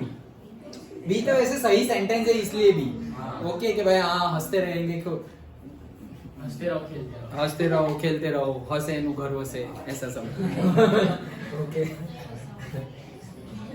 अच्छा चलो, हाँ तो करेक्ट आंसर है ये वाला। डी। ओके, क्यों? सेम एक्सप्लेनेशन जो तुम लोगों ने बताया कि यहाँ पर मोर और हायर ग्रेटर बड़े बड़े की बात थी और यहाँ भी बड़े बड़े की बात है, इसलिए सही है। ओके, वरना सेंटेंस को हम देखें तो भाई चारों सही होंगे कंडीशंस के हिसाब से, चारों ही सही सेंटेंस होंगे। हमें सही सेंटेंस गलत सेंटेंस चूज नहीं करना, हमें देखना है कि कौन ज्यादा सुटेबल है। तो यहाँ पे मोर इनक्रेडिबल ग्रेटर बड़े की बात हो रही है, वैसे ही यहाँ पर हेवियर और हायर वैसी बात हो रही है, इसलिए गुड। ओके चलो, select the option that displays what the writer projects. भाई राइटर क्या कहना चाह रहे हैं वो सिलेक्ट करो with reference to the following. So अब ये पढ़ो ना, ये so mountain climbing is undoubtedly one of the most popular adventure sports. ये पैराग्राफ 1 में से दिया हुआ है, तो ये इसके लिए लग नहीं रहा है कि पैराग्राफ पढ़ना पड़ेगा। हम सेंटेंस पढ़ के भी बता सकते हैं कि ये सेंटेंस में कहना क्या चाह रहे हैं, तो अगर पढ़ना हो तो पढ़ सकते हैं, लेकिन सिर्फ यहाँ पर पैराग्राफ में भी ये बता तो दिया है कि इम्पोर्टेंट क्या है, तो वही पढ़ के तुम बता सकते हो। और पैराग्राफ पढ़ना हो तो पढ़ भी सकते हैं। क्या करना है, पढ़ना है या इस पे? तो ये क्या बोल रहे हैं देखो, सो माउंटेन क्लाइंबिंग, इसीलिए mountain climbing is undoubtedly one of the most popular adventure sports. भाई मैंने पहले वो इसके पहले वाले में बोला था कि स्पोर्ट्स से रिलेटेड कुछ हो नहीं सकता, वो ऑप्शन में दिया था, तो गलती से वो चूज मत कर देना। ओके, क्योंकि वो जो फर्स्ट क्वेश्चन था उसमें ये वर्ड आता था एडवेंचर स्पोर्ट्स, लेकिन कोई स्पोर्ट्स करने के लिए माउंटेन क्लाइंबिंग एडवेंचर स्पोर्ट्स, इसको स्पोर्ट्स कैटेगरी, देखो सबकी कैटेगरी होती है, तो माउंटेन क्लाइंबिंग को वो कैटेगरी में रखना पड़ता है। लेकिन तुम ही सोचो, तुम पीसफुल और कामनेस के लिए वहां जाओगे, तुम्हें एक कंकर किया है मैंने इसको, मतलब इसके समिट पे गए हुए हैं, वो फीलिंग के लिए जाओगे। कोई खेलने कूदने के लिए ऊपर थोड़ी जाएगा। Okay, trekking is different phenomenon, मतलब जैसे वो तो हमने ऑलरेडी डिस्कस कर ही लिया है।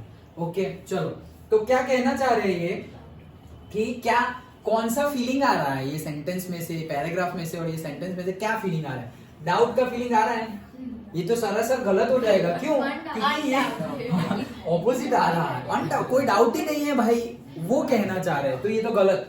देन कॉशन, ये कॉशन मतलब कुछ सेफ्टी प्रिकॉशन रखने की बात कर रहे हैं?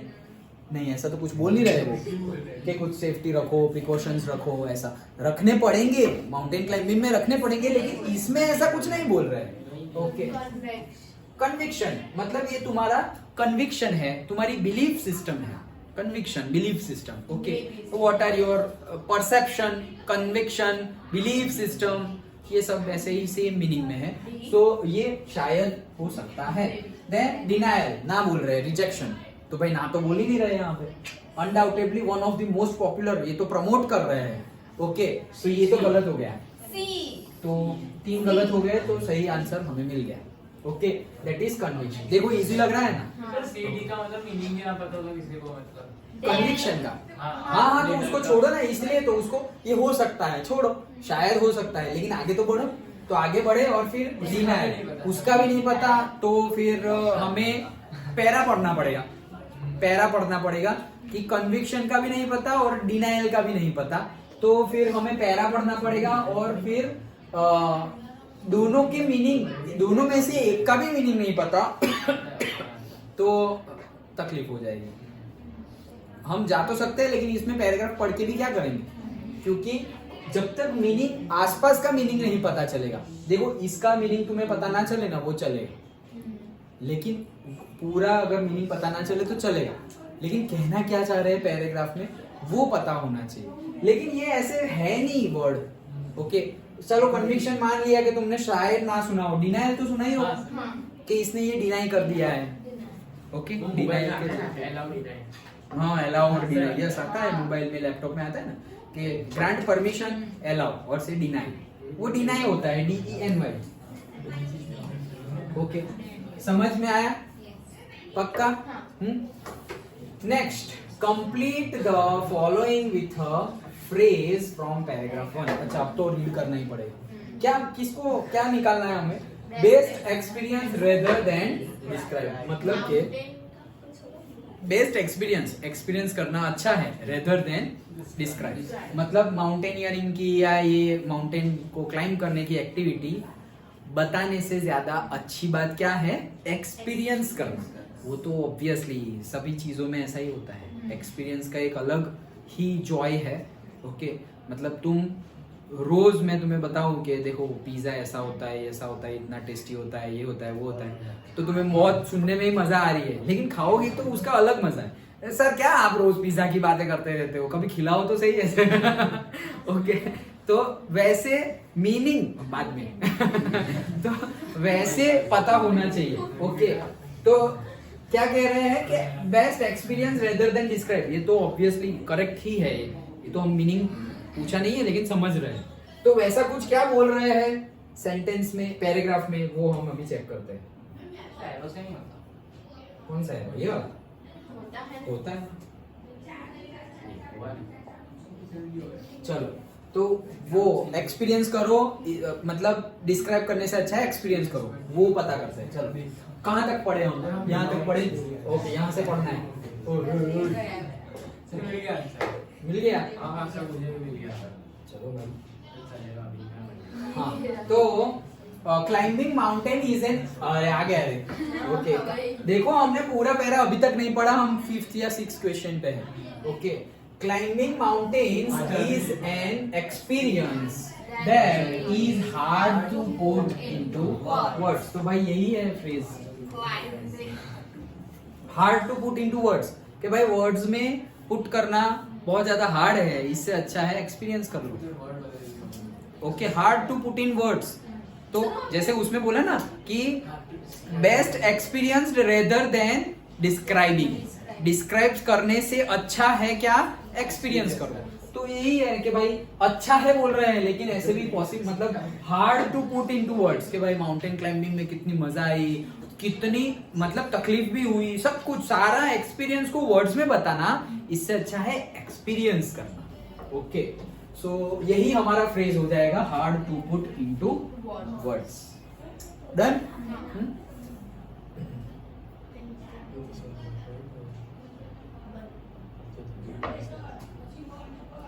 नेक्स्ट, द राइटर, अच्छा 5th पे आया, the writer compares training to penance in the line, then comes the penance of the rigorous training. State one point of similarity between training and penance. Okay, मतलब तुम अपने ऊपर बहुत ज्यादा काम कर रहे हो, ट्रेनिंग भी है and at the same time penance, मतलब कि तुमने जो किया है उसके पीछे तुम्हें फिर बहुत ज्यादा तुम सोच रहे हो कि अरे यार ये किया, ये डिसीजन तो ले लिया, बट सही लिया है, कर पाएंगे, और तुम बहुत ज्यादा थ्रिल हो उसके लिए। देखो पढ़ते हैं, ये तो याद रह गया, किसके लिए सिमिलैरिटी बतानी है, point of similarity between training and finance. Okay, paragraph का नाम दिया हुआ है, पैराग्राफ 2 है। चलो, तो 2 तो पढ़ा ही नहीं। ये without any perceived risk there can't be feeling that any significant challenge has been surmounted. Fair, but we have to bear in mind that mountaineering is not a sport that can be embraced without preparation. The enthusiasts must develop in themselves the spirit of adventure, willingness to undertake hardships and risk, extraordinary powers of perseverance, endurance, and keenness of purpose before climbing a mountain. They should also know how to handle the mountaineering equipment. Then comes the penance of rigorous training. This could very well be lifeline of death. It helps inculcate and hone survival instinct. Okay, loan होगा शायद, may be गलती, whatever, instincts that allow the climber to negotiate perilous situations.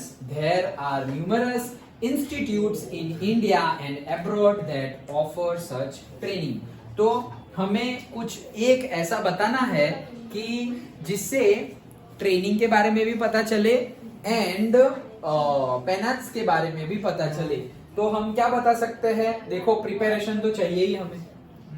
Okay, training भी करनी है, मतलब training में क्या आ गया, सारा प्रिपरेशन आ गया कि कोई इक्विपमेंट है तो वो इक्विपमेंट को कैसे यूज करना है, थोड़ी मतलब क्या बोल सकते हैं, एडवर्स सिचुएशंस आ गई। ओके, सपोज तुम माउंटेन पे चढ़ रहे हो, बहुत ज्यादा धूल मिट्टी का तूफान हो गया, टॉर्नेडो आ गया। ओके, हम हिमालयस में तो ऐसे आते ही रहता है। ओके, तो वो सारी सिचुएशंस को कैसे हैंडल करें, वो सिचुएशंस में भी अभी तुम चढ़ते ही जाओगे या कहीं कैंप बना के बैठ जाओगे, रुक जाओगे, वो सारी सिचुएशंस प्रिपेयर पहले से होना पड़ेगा। जैसे अभी हमने इतना सारा हमने डिस्कस किया कि बोर्ड की एग्जाम में ऐसा है तो ऐसा करना, स्ट्रेस नहीं लेना, ये वो सब कुछ होगा। ऐसा नहीं कि it's like walk in the park, ये वो सब कुछ होता है पूरी लाइफ में। कैसे सब कुछ होता है, वैसे सब कुछ होता है। रोड पे जाए तो ऐसा थोड़ी है कि पूरा रोड खाली मिलेगा, जाओ तुम 200 किलोमीटर की स्पीड पे, ऐसा तो होगा नहीं।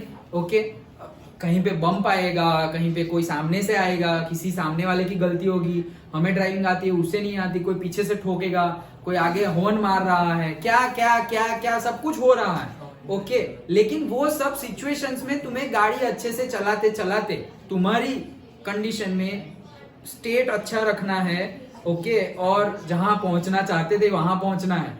इन सब फालतू चीजों में बातें में ध्यान दिया तो भाई कितने गड्ढे हैं, गवर्नमेंट ने ये नहीं किया है, इसको गाड़ी चलाने तो आती नहीं, रॉन्ग साइड पे आ रहा है, ये टर्न कर रहा है, वो कर रहा है, छोड़ो ना वो सब भाई, तुम अपना पेपर लिखो ना।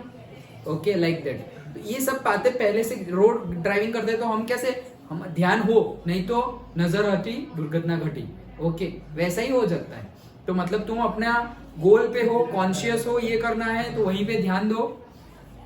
फिर चाहे कोई बाहर से डिस्टर्बेंस आए या फिर पेपर देखने के बाद खुद अंदर से डिस्टर्बेंस आए, तुम्हारा माइंड बोलेगा ये तो गए, फंस गए, टफ है, ये वो, अंदर वाला डिस्टर्बेंस या बाहर वाला डिस्टर्बेंस, लेकिन हमें दोनों डिस्टर्बेंस को साइड में रख के आगे बढ़ते रहना है। जरूरी नहीं है कि बाहर से ही आए हमेशा, क्योंकि बोर्ड में बाहर वाले इन्विजिलेटर होंगे तो कोई तुम्हें यहाँ पे 5th क्वेश्चन बताना, 6th क्वेश्चन बता, इसका क्या हो, उसका क्या, वो सब बोर्ड में होगा ही नहीं, चांस ही नहीं मिलेगा। तो बाहर वाला डिस्टर्बेंस तो है ही नहीं। ओके, जो है अंदर का है, अंदर वाला तुम्हारा अगर सही है चलते रहो, आगे बढ़ते रहो, लाइक दैट। ओके, सो क्या आएगा इसका आंसर? दोनों प्रिपरेशन दे रहे हैं और फिर ट्रेनिंग हो रही है, तो क्या आएगा? Very difficult and require Perseverance. मैं तुम्हारे लिए लिख ही दिया है। तो वेरी डिफिकल्ट क्यों? कि पहले ही उन्होंने बताया ना, क्या पूछा है देखो, कि पॉइंट ऑफ सिमिलरिटी, किस दो चीजों में सिमिलरिटी बताओ, किस कौन सी दो चीज, देखो ये अंदर से ढूंढना है, जरूरी नहीं है, सिर्फ तुम्हें स्टेट करना है। ओके, तो ट्रेनिंग, एक तो ट्रेनिंग और पेनांस, तो रिगरस ट्रेनिंग होगी। ओके, तो क्या है भाई, वेरी डिफिकल्ट तो होगा ही ऐसे, एंड रिक्वायर परसिवियरेंस। परसिवियरेंस मतलब क्या? नहीं, सेफ्टी नहीं, परसिवियरेंस मतलब थोड़े दिन पहले मैंने एपीजे अब्दुल कलाम का शॉट रखा था, देखा था चैनल पे, कि वो लड़की ने पूछा था कि how to achieve our goals. देखो यार, जो काम में है वैसे ही रखता हूँ, फालतू की चीजें नहीं रखता। तो ऐसा पूछा था वो लेडी ने, बच्ची थी, स्कूल स्टूडेंट थी तुम्हारे जैसी, एपीजे अब्दुल कलाम को, कि हाउ टू अचीव अवर गोल। तो उसमें 3-4 स्टेप्स बताए थे अब्दुल कलाम जी ने। उसमें एक स्टेप वो बताए थे, लास्ट वाला स्टेप, दैट इज परसिवियरेंस, मतलब कि द एबिलिटी और से the mindset to not give up, जो मैंने तुम्हें पहले ही बताई। कुछ भी हो जाए, हारना नहीं है। हारना नहीं है मतलब बाहर वाला हारना नहीं, माइंड से नहीं हारना है। कुछ भी हो जाए, छोड़ेंगे नहीं। ओके, आज ही मैं अपना पुराना वीडियो देख रहा था, तो मैं ग्रामर पढ़ा रहा था और फिर ऐसे ऐसे पूरी ब्लैंक स्क्रीन थी और फिर मैं ऐसे अंदर आया ग्राउंड में, ऐसे बोला जब तक तोड़ेंगे नहीं, छोड़ेंगे नहीं। वो माझी वाला डायलॉग बोल रहा था। ओके, माझी माउंटेन मैन सुना है, मैंने बात तो की होगी शायद। वो एक माझी ट्रू स्टोरी है, वो पत्थर तोड़ा, पूरा पत्थर, पूरा पहाड़, उसकी वाइफ मर बताई थी ना वो स्टोरी। तो वो वीडियो में आज ही देखा कि मैं क्या कर रहा था पहले और वहां कहां से अभी कहां क्या कर रहे हैं अभी। ओके, तो वो तो उसका एक रिलेटेड वीडियो मुझे मिला था। देखो, एक बहुत अच्छा शॉर्ट में बता देता हूँ, उससे मोटिवेशन मिलेगी इसलिए बता रहा हूँ। अभी डालूंगा शॉर्ट में, लेकिन तुम शॉर्ट अभी मत देखो ये सब बातें। क्या है, वो तोड़ रहा था पत्थर, वो मूवी का ही सीन है। वो पत्थर तोड़ रहा था और वो जो कौन अपना जर्नलिस्ट, वो जर्नलिस्ट पूछ रहे थे उनको कि अरे तुम ऐसे कैसे कर लेते हो? बोले क्या ऐसे कैसे कर लेते हो? बोले ये पत्थर तोड़ने से दूसरा कुछ इंपॉर्टेंट काम तुम्हें कुछ मिला नहीं? यही काम था तुम्हारे पास, पत्थर तोड़ो, पहाड़ तोड़ो। ओके, तो बोले अरे सबकी अपनी अपनी स्किल होती है, सबकी अपनी अपनी एबिलिटी होती है। जैसे तुम लोग पढ़े लिखे हो तो तुम जर्नलिस्ट हो, डॉक्टर अपना काम कर रहा है ऐसे। ओके, तो ये सिचुएशंस वैसे कि वो पूछ रहा था कि भाई तुम्हें जर्नलिस्ट पूछ रहा है कि यार तुम्हारे पास और कोई काम ही नहीं मिला तुम्हें कि तुम पहाड़ तोड़ने लगे। तो बोल रहा है भाई सबने अपनी अपनी स्किल होती है, तुम पढ़े लिखे हो, तुम जर्नलिस्ट हो, कोई डॉक्टर डॉक्टरी का काम करेगा, तो मुझे पहाड़ तोड़ना है तो मैं पहाड़ तोड़ रहा हूँ। तो बोले कि ताकत कैसे मिलती है इस? बोले ये प्रेम है, ऐसा बोले ये प्रेम है, मतलब this is the love before. पहले ये मेरी वाइफ के लिए था, अब ये माउंटेन के लिए है, लाइक दैट। उसकी वाइफ मर गई ना वो माउंटेन पे से, इसलिए वो तोड़ रहा था पहाड़, तो ऐसा बोला। तो बोले यार मैं भी बहुत अच्छा, वो जर्नलिस्ट बोल रहा है कि मैं भी बहुत अच्छा एक ऑनेस्ट जर्नलिस्ट बनना चाहता था, लेकिन जैसे जैसे ये लाइन में आगे बढ़ा तो मुझे पता चला कि अब तो हम लोग का कोई एक इंडिविजुअली कोई सिग्निफिकेंस ही नहीं है। हम तो बस ये पॉलिटिशियन, पुलिसमैन, उन सब के अंडर में वो लोग जो बोले वही हम कर सकते हैं, वो जो बोले वही करना होता है, हम खुद का कुछ ज्यादा कर नहीं सकते। मतलब जस्ट लाइक स्लेवरी जैसा हो गया है। ओके ओ भाई शांति रखो, वीडियो चाले कैमरा में आई जाओ। हाँ, तो वो बोल रहे हैं क्या कि क्वेश्चन पूछा कि क्या पूछा था क्वेश्चन? अरे क्या यार कहाँ चले गए? बोलना नहीं आ रहा। अरे नहीं मतलब रुको मैं ही रिकनेक्ट वो करता हूँ। पुलिस हाँ मतलब कि मैं ऑनेस्ट जर्नलिस्ट बनना चाहता था, लेकिन अब तो हम जस्ट लाइक स्लेव बन गए हैं पॉलिटिशियंस के, पुलिस के और उन सब के। तो बोले ऐसी क्या बात है, तो खुद की अपनी पब्लिकेशन हाउस खोल दो, खुद का अपना जर्नलिज्म का खोल दो, खुद का आपका न्यूज़पेपर छापने लगो तुम। तो वो जर्नलिस्ट क्या बोला पता है? अरे खुद का न्यूज़पेपर छापना कुछ हलवा है क्या? इतना इजी काम है क्या? तो उसने क्या आंसर दिया पता है? पहाड़ तोड़ने से भी ज्यादा मुश्किल है क्या? ऐसे आंसर। वाह वाह। कि उसने बोला कि खुद का ही न्यूज़पेपर छापने लगो, तो ऑब्वियस है ऐसा ही थोड़ा आएगा। अरे यार क्या बात कर रहे हो, खुद का न्यूज़पेपर छापना कोई हलवा है क्या? ऐसे कोई छाप सकता है? तो आंसर क्या था? पहाड़ तोड़ने से भी ज्यादा मुश्किल है क्या? तो ये तो इम्पॉसिबल वर्क था जो उसने किया। 30 साल लगे थे, 30 इयर्स। ओके सोचो अपनी लाइफ के 30 इयर्स दे दिए पहाड़ तोड़ने में, एक रास्ता बनाने में। एग्जैक्ट 30 तो नहीं थे, बोलने के लिए 30 है, एग्जैक्ट 22 इयर्स थे। 22 इयर्स पकड़ो। ओके तो 22 इयर्स अपनी लाइफ के दे दिए, क्यों? एक रास्ता बनाने में कि मेरी बीवी का एक्सीडेंट हुआ, ऐसा हुआ तो ऐसा किसी और के साथ ना हो, इसलिए सोचो। और ये तो ऐसा नहीं है सिर्फ मूवी है, रियल लाइफ स्टोरी है। ओके गुजराती मीडियम की क्लास 10 की इंग्लिश में पहला चैप्टर है ये, इसके बेस पे। ओके दशरथ माझी नाम है, बिहार में एंटर होंगे ना तो बड़ा सा गेट आता है, दशरथ माझी गेट। ओके तो ट्रू स्टोरी है।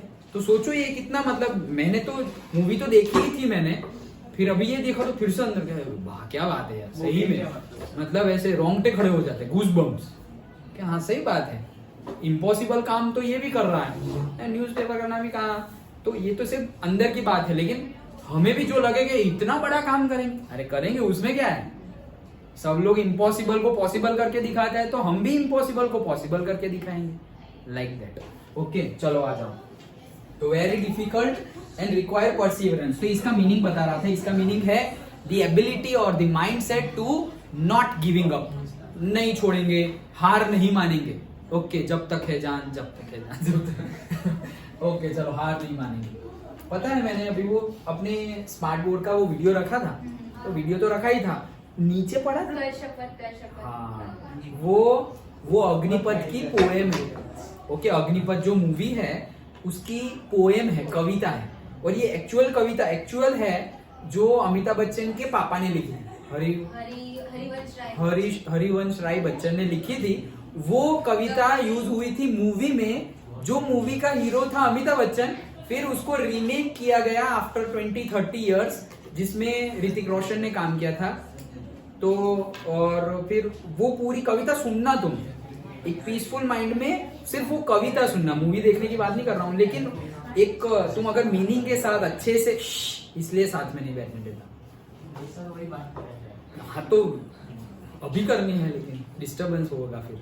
तो वो तुम अच्छे से पढ़ोगे तो दैट यू विल गेट वो, अगर चाहिए तो भाई ढूंढना पड़ता है, ऐसे तुम्हारे सामने भी हो लेकिन हमें इंटरेस्ट ही ना हो तो हाँ भाई आते हैं जाते हैं, मूवी आई, गाना आया गया। तुम्हें कुछ अंदर से मिल रहा है तो देखो, और अगर तुम्हारे सामने है तो तुम ढूंढोगे इसमें से अच्छा क्या है।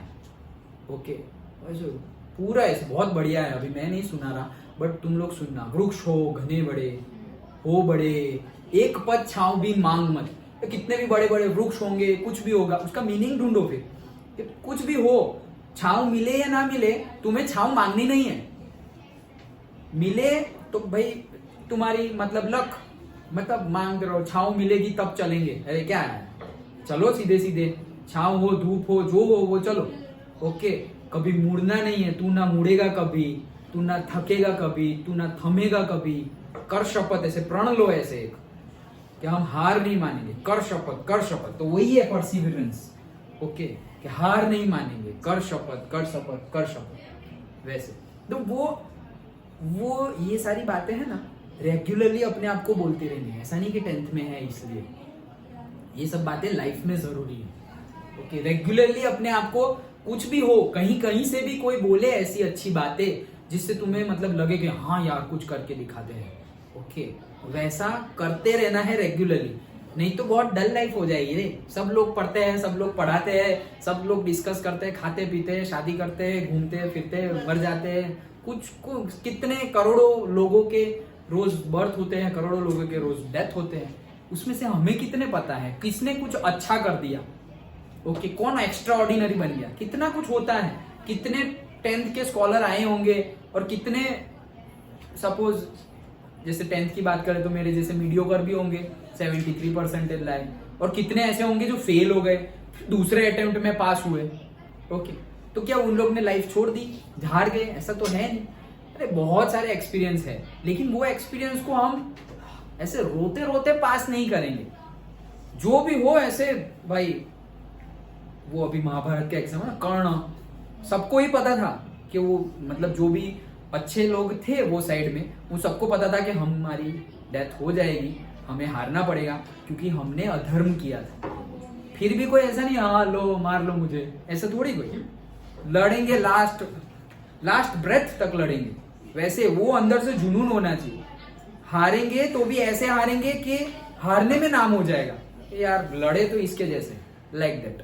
ओके, हारना तो है ही नहीं, लेकिन ऐसे हम खेलेंगे कि बस जीत हार से ऊपर चले जाएंगे। तुम ऐसे खेलो कि जीत हार से ऊपर चले गए। अच्छे मार्क्स आए उसकी भी कोई बात नहीं कर रहा है, बुरे मार्क्स आए उसकी भी कोई बात नहीं कर रहा है। बात इसकी होगी जो खेला अच्छा हो। ओके, बहुत एक्स्ट्रा ऑर्डिनरी करके गया हो उसको। चलो आगे पढ़ते हैं। तो ये हो गया, very difficult, require perseverance. Okay, next, based on your, कितने बजे हो भाई, चलो, based on your reading of the text.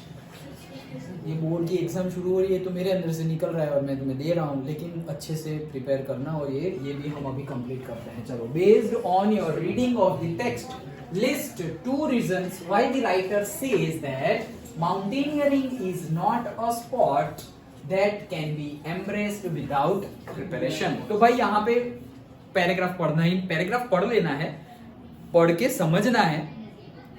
उसमें से अब जैसे तुम लोग बोलते हो कि सर क्वेश्चन का आंसर पैराग्राफ में मिल ही नहीं रहा है, और नहीं मिलेगा भाई क्योंकि दिया ही नहीं है। यहाँ पर देखो, based on your reading of the text, मतलब तुमने टेक्स्ट पढ़ा, अब तुम्हें जो अंडरस्टैंड हुआ उसके बेस पे आंसर लिखना है। इसका आंसर ढूंढना नहीं है पैराग्राफ में, तो मिलेगा ही नहीं। कैसे मिलेगा? क्योंकि हमें अपने वर्ड्स में लिखना है। और यहाँ पे और एक एडवांटेज है, अपने वर्ड्स में सबका आंसर अलग है, सबको मार्क्स मिल सकते हैं।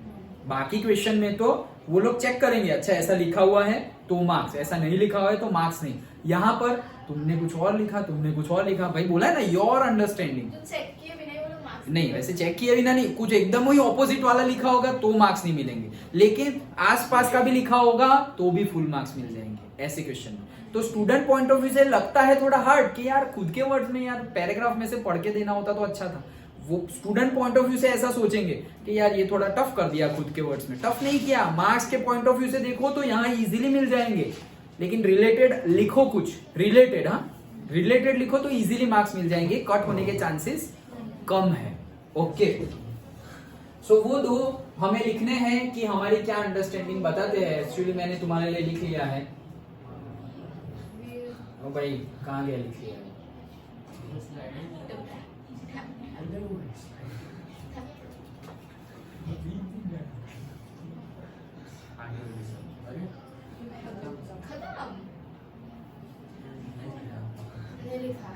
अरे लिखा था यार,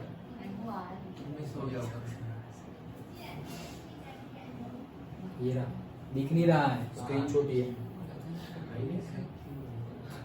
पकड़ के रखो क्या, ये क्या क्या काम है। ओके चलो देखो, because of mountaineering includes difficulties. देखो क्वेश्चन देखो फिर से, based on your reading reading list 2 reasons. अच्छा अब से देखो ध्यान से, व्हाई द राइटर सेज, इसको भी छोड़ो। Mountaineering is not a sport, भाई ये कोई खेलने की चीज नहीं है। Okay that can be embraced without preparation, ये कोई ऐसी बात नहीं है कि तुम विदाउट प्रिपरेशन गए और मस्ती मजा करके आ गए, ये कहना चाह रहे हैं। तो ऐसा क्यों बोले भाई, ऐसा वो क्यों बोले वो हमें लिखना है।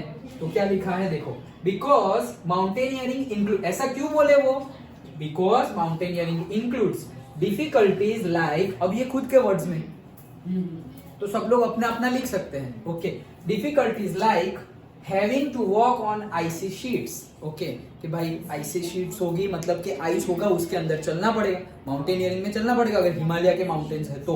ओके फिर तुम, मैंने नहीं लिखा लेकिन तुम भाई सपोज से tornado, you have to people may have to face the tornado also, monsoon also, irregular environmental और से क्लाइमेट कंडीशंस आल्सो, ये सब हम लिख सकते हैं।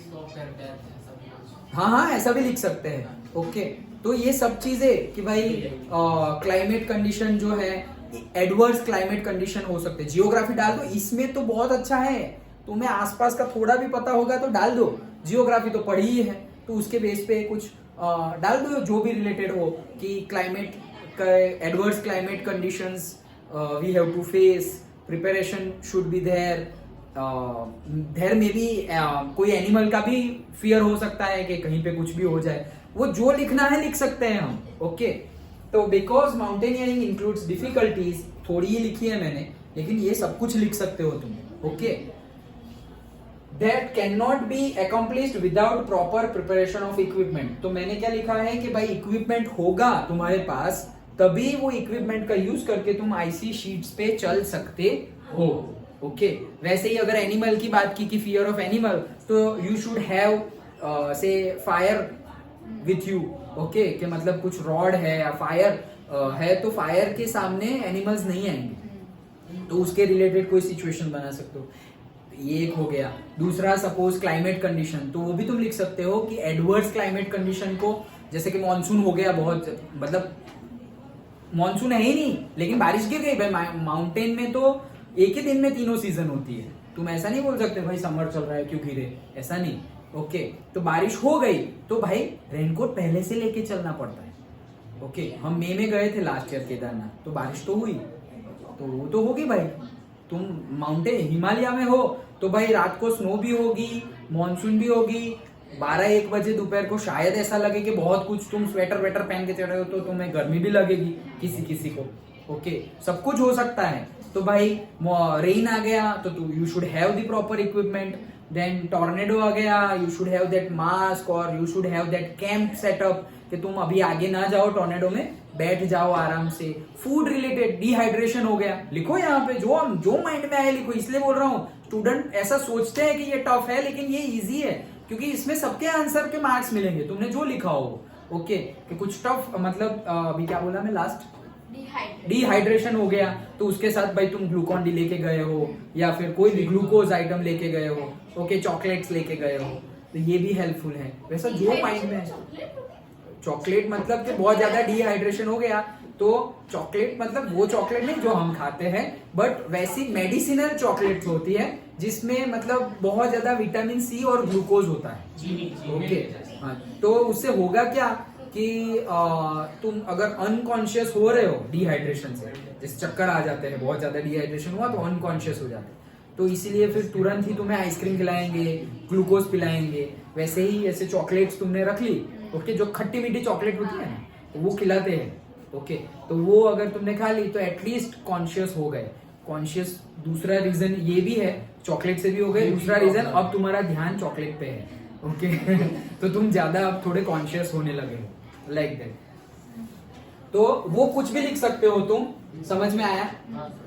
तो ये सबके बोल दिया है, इनफ। ओके, चलो नेक्स्ट, व्हाट कंपोनेंट और नहीं, what connect does the writer draw out, मतलब दो चीजों को कैसे कनेक्ट कर रहे हैं, between unpredictable weather and setting up of camps in paragraph 3 के भाई अनप्रिडिक्टेबल वेदर और जो कैंप सेटअप करना है उसको कैसे कनेक्ट कर रहे हैं, पैराग्राफ 3 में है। तो भाई पैराग्राफ 3 निकालो, ये रहा। Mountain climbers are unanimous in agreeing that the predictable weather is what they fear the most. कि सबसे ज्यादा डर लगता हो तो वो क्या है, अनप्रिडिक्टेबल वेदर, कभी भी कुछ भी हो सकता है। वैसे There may be sunshine one moment and a snowstorm the other. अभी सनशाइन है और अचानक से, और ये होता ही है, पर्सनल एक्सपीरियंस, ऐसा होगा ही। ओके, ये सब बातें तुम एक्सप्लोर करो ना रियल में, अगेन डिस्क्रिप्शन से अच्छा है एक्सपीरियंस। ओके, लेकिन ये अगर हम खुद एक्सपीरियंस करते हैं तो लाइफ में भी फिर हमें हेल्पफुल रहता है, हम हिलते कम है। हाँ भाई, यही तो है। जैसे अभी मैंने रोड का एग्जांपल दिया कि गाड़ी चलाते हैं तो बीच में बम्प होगा, कोई फास्ट चलाएगा, कोई स्लो चलाएगा, कोई जानबूझ के हॉर्न मार रहा है, कोई आगे से हट नहीं रहा है, हम गाड़ी कहाँ से ले जाए, कितने टाइप के प्रॉब्लम होते हैं। तो सारे प्रॉब्लम पे थोड़ी ध्यान देना है, अपना रास्ता ढूंढो और निकल जाओ। ओके, सबके साथ ऐसे सबको सुधारने मत बैठो, सबको एडवाइस देने मत बैठो, इसने रूल तोड़ा, ये किया, वो किया, अपना रास्ता ढूंढो, अपना काम करो और आगे बढ़ो, लाइक दैट। तो वो एक सिचुएशन है माउंटेनियरिंग। सिचुएशन तो पूरी लाइफ सिचुएशन से भरी पड़ी है अगर हम सीखना चाहे तो। ओके, माउंटेनियरिंग में ऐसा ही कि भाई अभी सनशाइन है और अभी ये हो गया, तो वैसे ही लाइफ में अभी एकदम अच्छे हैं, ये वो चल रहा है और अचानक से कोई सिचुएशन हो गई, अरे यार फंस गए। अब तो एडवर्स सिचुएशंस कभी भी आ सकती है, बता के थोड़ी आएगी, बता के आए तो भी कुछ उखाड़ नहीं लेते हम। ओके, बट वो कभी भी आएगी तो एटलीस्ट हम स्टेबल रहेंगे। हाँ भाई, ये तो होता है।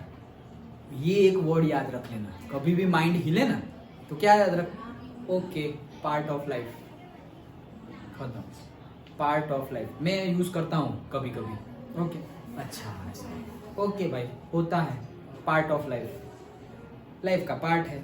लाइफ क्यों है, सब टाइप के एक्सपीरियंस करने के लिए। तो जब बहुत ज्यादा हिल जाओ, okay, part of life, at least तुम्हारा माइंड एट दैट पॉइंट तो थोड़ा बहुत शांत होगा, थोड़ा बहुत स्टेबल हो जाएगा, पार्ट ऑफ लाइफ है। यस, फिर जब पूरी तरह से एक्सेप्ट हो जाएगा, हाँ यार ये तो पार्ट ऑफ लाइफ है, सबके साथ हो रहा है, मेरे अकेले के साथ थोड़ी हुआ है, फिर एकदम 100% एक्सेप्ट हो गया, फिर तुम वो उसमें से बाहर निकल गए। ओके, बट एटलीस्ट पहले स्टार्टिंग में ही माइंड को बता, हाँ बुरा हुआ, मैंने तो कुछ गलती नहीं की थी, फिर भी ऐसा हुआ, ये वो बहुत कुछ होगा, वो सच भी होगा और थोड़ा बहुत झूठ भी होगा, what ever it is, but part of life होता है भाई, सबके साथ होता है। गॉड के साथ होता है तो गॉड फिगर हम बोलते हैं भाई, लॉर्ड रामा के साथ हुआ, लॉर्ड कृष्णा के साथ हुआ, लॉर्ड महावीर, लॉर्ड बुद्धा, सबकी स्टोरी पता है तुम। गांधी जी देखो, पूरी लाइफ दूसरों के लिए, पूरी तो नहीं मत, जितनी भी लाइफ दूसरों के लिए जिए, फिर लास्ट में गोली तो खाई।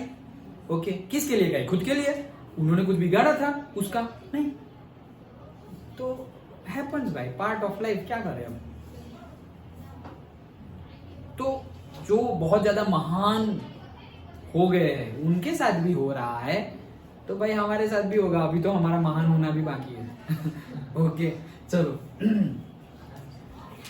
हाँ, तो at higher altitude snow is a regular feature and being decisive about setting, आया भाई आया, at higher altitude snow is regular feature and being decisive about setting up camps or proceeding further is crucial. कि भाई यही moment है, तुम्हें पता होना चाहिए कि भाई आगे बढ़े या फिर सेटिंग अप कैंप एंड रुक जाए.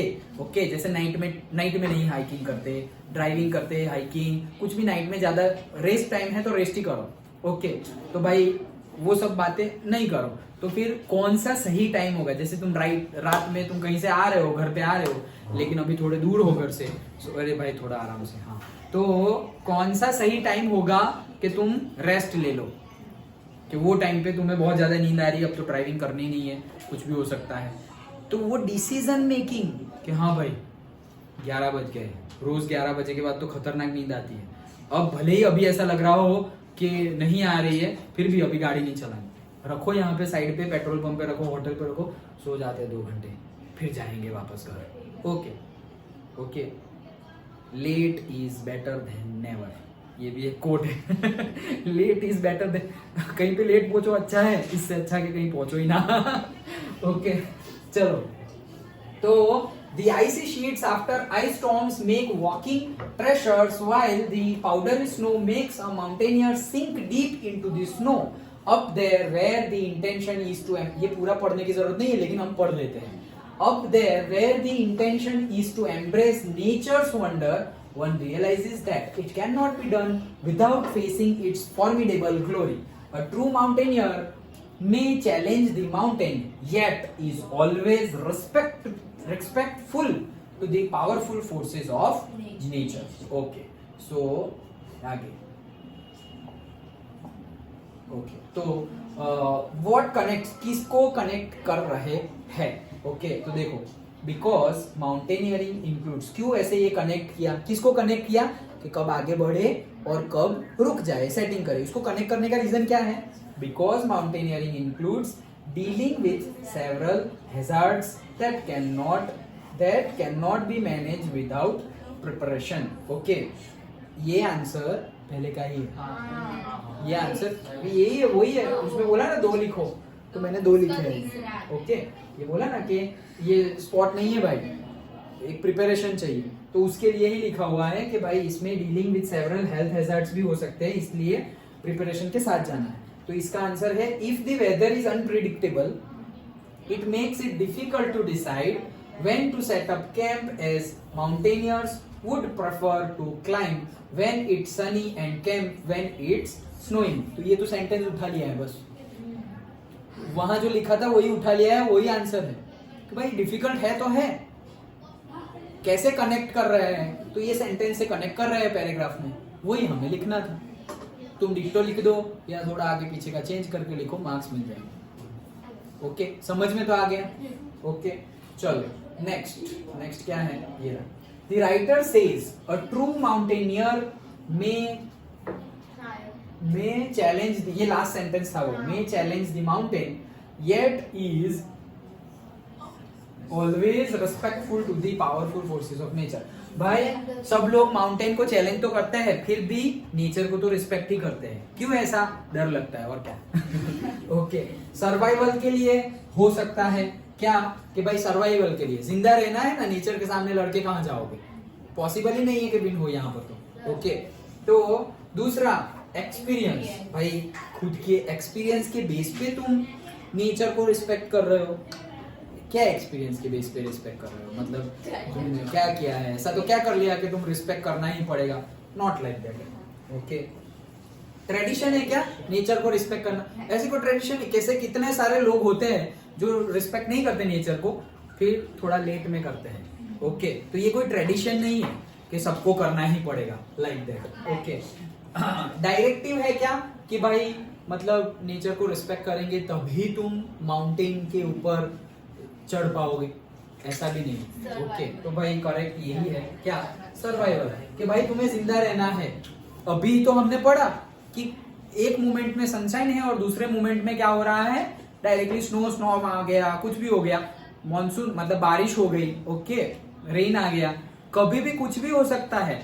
तो हमें ऑलवेज रिस्पेक्टफुल रहना चाहिए. हर जगह हम फियरफुल रहेंगे, लेकिन रिस्पेक्टफुल क्यों है? बिकॉज ऑफ आवर सर्वाइवल, क्योंकि हमें जिंदा रहना है, इसीलिए मतलब गलत जगह पे हम लड़ते गए तो ऑब्वियसली मर जाएंगे। ओके, जहां लड़ना होगा वहां लड़ना होगा। नेचर के सामने थोड़ी लड़ना है, गॉड के सामने थोड़ी लड़ना है। ओके, और जो लोग वैसा करते हैं तो क्या होता है उनका, हमने भी तो मतलब अपनी हिस्ट्री पढ़ी है। ऐसा नहीं है, गॉड जो हमारे लॉर्ड रामा, शिवा, कृष्णा, उनके सामने कितने लोग आए थे तो उन्होंने रिस्पेक्ट नहीं किया, तो एंड क्या हुआ, रिजल्ट क्या था, गए।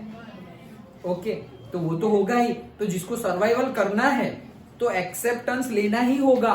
जो अपने से बड़े हैं, नॉलेज में, पावर में, सभी चीजों में, अगर हमसे अच्छे हैं, एज में नहीं, कैरेक्टरिस्टिक्स में अगर हमसे अबोव है, यू शुड बाउ, मतलब हमें झुकना ही पड़ेगा। ओके, तभी हमारा भी ग्रोथ होगा। अगर झुक गए तो हमारा ग्रोथ होगा, और झुके नहीं तो ग्रोथ नहीं होगा। ओके, चलो, understood. Okay, next.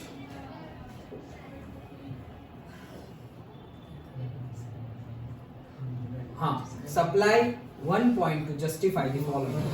While mountain climbing on an impulsive mountaineer is either disaster prone or as good as that. तो मतलब impulsive mountaineer जो होंगे, मतलब ये सपोज मीनिंग ना पता चले तो आगे का तो पता चल रहा है, अभी मीनिंग बताता हूँ, लेकिन आगे का तो पता चले। अगर ये पता नहीं चल रहा है तो इज इधर डिजास्टर प्रोन तो है, एक्सीडेंट प्रोन जोन ऐसा नहीं लिखा हुआ था हाईवे पे।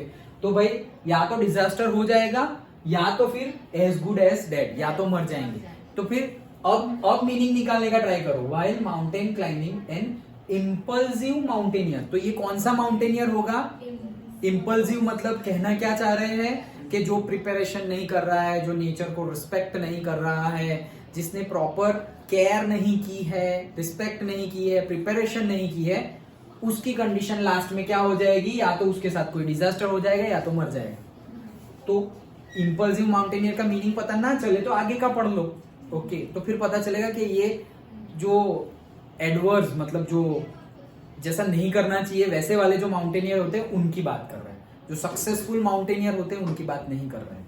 ओके, तो सप्लाई 1 पॉइंट, उनके लिए एक 1 पॉइंट लिखो। तो उनके लिए भी 1 पॉइंट लिखा हुआ है, कहाँ गया? ये भी गया, ये क्या हो रहा है?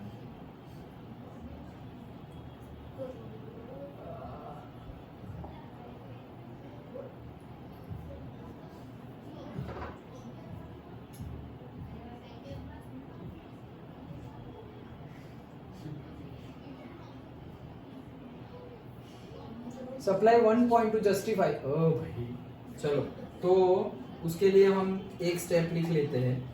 सपोज मैंने लिखा था लेकिन शायद चला गया साइड से। चल रहा है? हाँ चल रहा है, बस बंद हो जाओ। हाँ,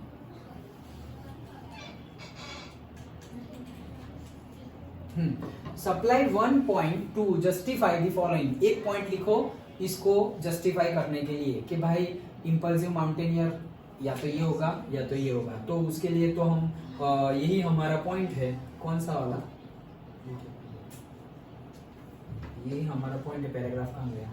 डायरेक्टली बता देता हूँ। देखो आगे का क्या लिखा हुआ है कि समिटिंग माउंटेन, समिट के ऊपर जाना, carries its own health risk such as oxygen, altitude sickness problems, frost bites, swelling of hands and feet, fluid collections in brain or lungs, exhaustion. Yet the gratification mountaineers feel free from mastering something that is so frightening urges them to undertake these endeavors. We may think that mountaineers are fearless. Experts say not at all. It's fears that keep them so intrigued with such arduous journeys. Impulses and brazeness can be deadly foes. In other words, Indian mountaineer Bachendri Pal, the biggest risk is not to take the risk at all. Remember that. ये actually Jeff Bezos ने बोला है, पता नहीं उसके बाद इन भाई ने बोल दिया। नहीं, जेफ बेजोस नहीं, फेसबुक का फाउंडर कौन है? मार्क जुकरबर्ग ने ये सेंटेंस बोला है। ओके, कि the biggest risk of life is not taking any risk.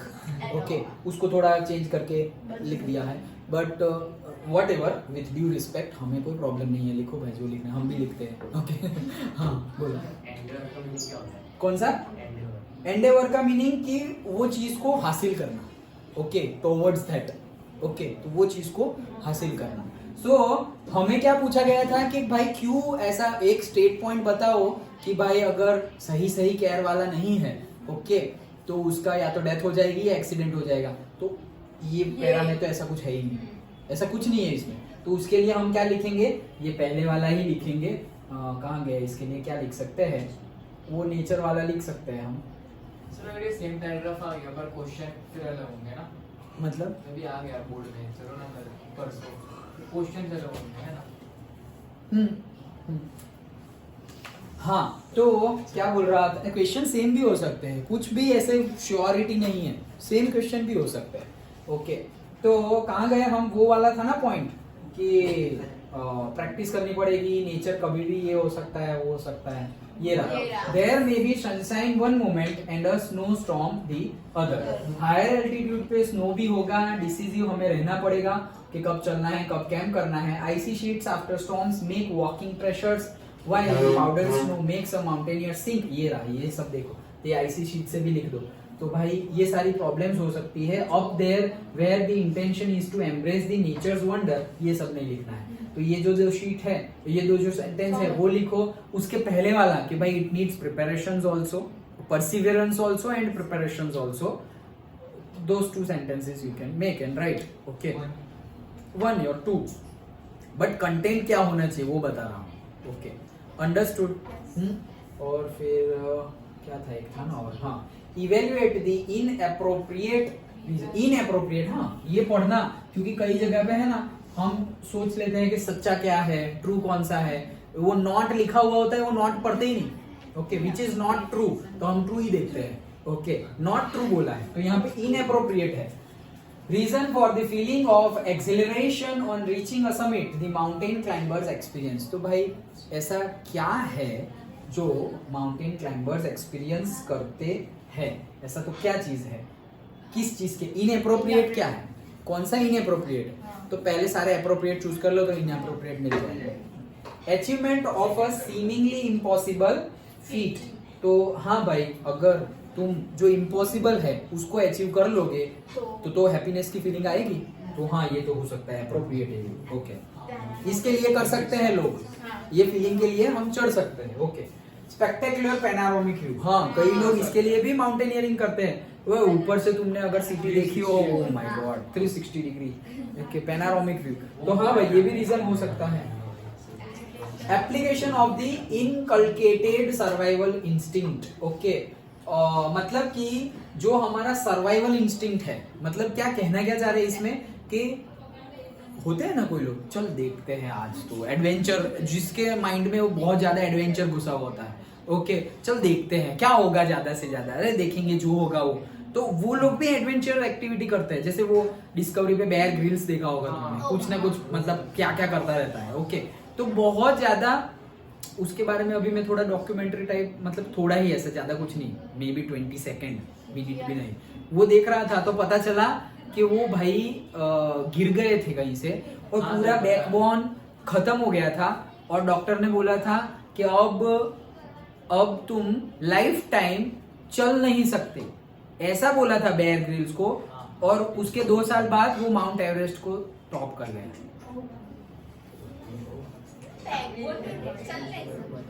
तो ये भाई अपना यही तो है, अपना चैप्टर ब्रेन एंड दी, ये अपना नर्वस सिस्टम. ओके, तो सोचो जिसको डॉक्टर ने बोला था कि अब ये लाइफ टाइम चल नहीं सकता, वो 2 साल के बाद चलना छोड़ो माउंट एवरेस्ट क्लाइंब करके गया, richest top in the world. Okay, richest है, हाईएस्ट. ओके, हाईएस्ट जो पीक है वो रीच कर गया, वो रीच कर गया. हाँ, ये बोलना चाह रहा था. हाँ, हाईएस्ट पीक को रीच कर गया. समझ में है, हाईएस्ट पीक को रीच कर गया 2 साल के बाद. सोचो कहाँ डॉक्टर, अब वो सोचे अरे यार डॉक्टर ने बोला मतलब फाइनल, डॉक्टर तो भगवान का रूप होता है, उन्होंने बोला मतलब अब तो गए, अब तो लाइफ खत्म। ये सब अगर चलेगा दिमाग में तो कहाँ चलेंगे, कहाँ दौड़ेंगे, और माउंट एवरेस्ट तो बहुत इम्पॉसिबल ही है, वो आना ही नहीं चाहिए। ये मैं अपने आप को बहुत टाइम पहले बोलता था, अभी याद आ रहा है तो बोल रहा हूँ। और मैंने ये मेरी जो डायरी बनाता था पहले, अब तो नहीं है, मे बी कहीं पे लिखा होगा तो मिलेगा, लेकिन मैंने ये अपनी नोटबुक में लिखा था। जब भी मैं बहुत ज्यादा डिप्रेस हो जाऊं तो मैं ये सेंटेंस पढ़ता था, क्या everything is possible till you alive. जब तक तुम जिंदा हो तब तक सब कुछ हो सकता है।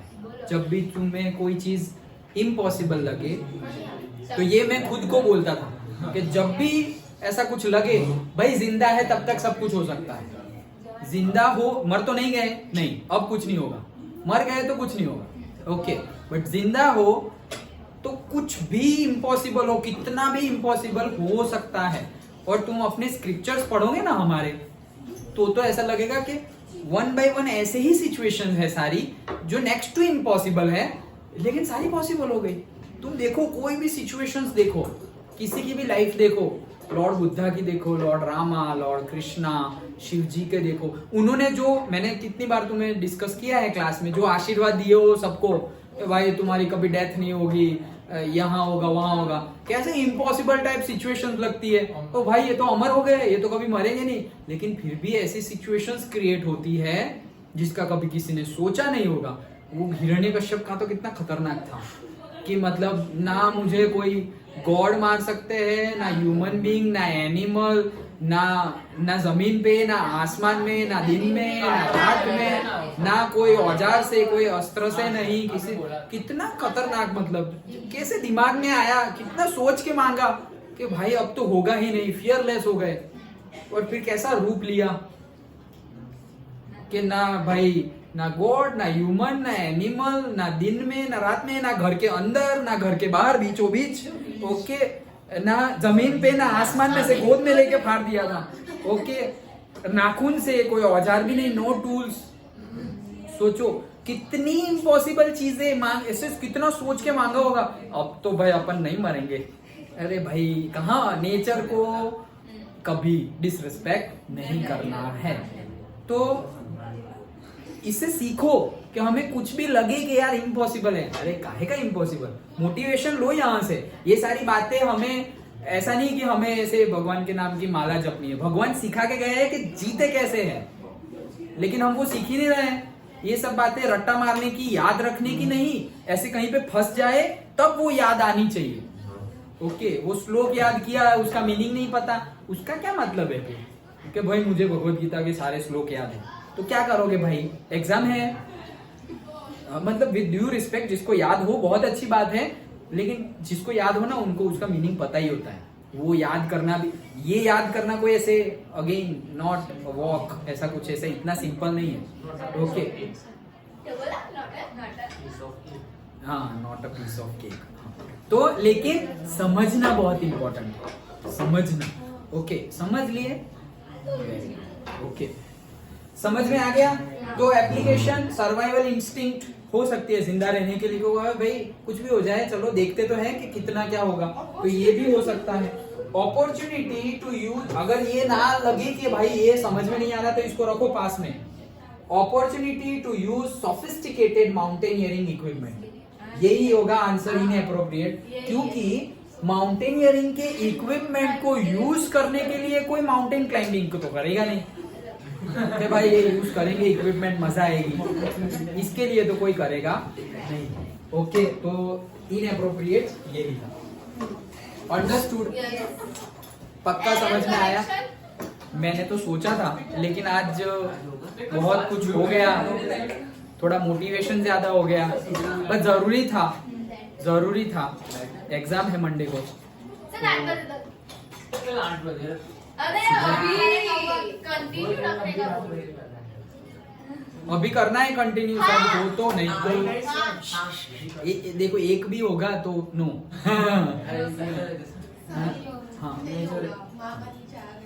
हाँ, अच्छा, तो कल रखना है। हाँ चलेगा, कल चलेगा। नहीं, इनको जिनकी एग्जाम है, इनका मंडे को एग्जाम है, हाँ चलेगा। चलेगा, टाइम वेस्ट नहीं होगा ना, पढ़ाई करनी है ना। एरर करेक्शन, और इसके बाद में ये तो एक पैरा था सैंपल पेपर का, उसके बाद दूसरा भी है, तो वो डिस्कस। हाँ हाँ, तो किसमें डाउट है तुम्हें? इंग्लिश में आज वाला एक्चुअली ग्रामर वाला किया जो सैंपल पेपर है उससे बहुत अलग है प्रीवियस ईयर क्वेश्चन पेपर। मतलब? प्रीवियस ईयर 3 सवाल पूछी है, एरर एंड करेक्शन, फिर सेंटेंस को ढंग से लिखना है वो, और तीसरा है कि जो आपने कल कराया था ना वैसे वाला सब्जेक्ट वर्ब एग्रीमेंट। हाँ, वो 3 में से ही मतलब प्रीवियस ईयर क्वेश्चन के जितने भी है ना वो मैंने मतलब 2015 तक के किया, उसमें हर सब कुछ आ जाता है। हाँ सिर्फ ये 3 ही पूछा गया है। ये जो सैंपल पेपर है ना उसमें पूरा मिक्सचर है। हाँ, मतलब जो हमें सिलेबस में देते हैं, reported verb, models, direct indirect, लेकिन वो सैंपल पेपर में पूछते हैं, और ओरिजिनल क्वेश्चन पेपर में इतना कुछ नहीं होता है। हाँ सही है बात, ये बात सही है, लेकिन प्रिपेयर तो करना पड़ेगा।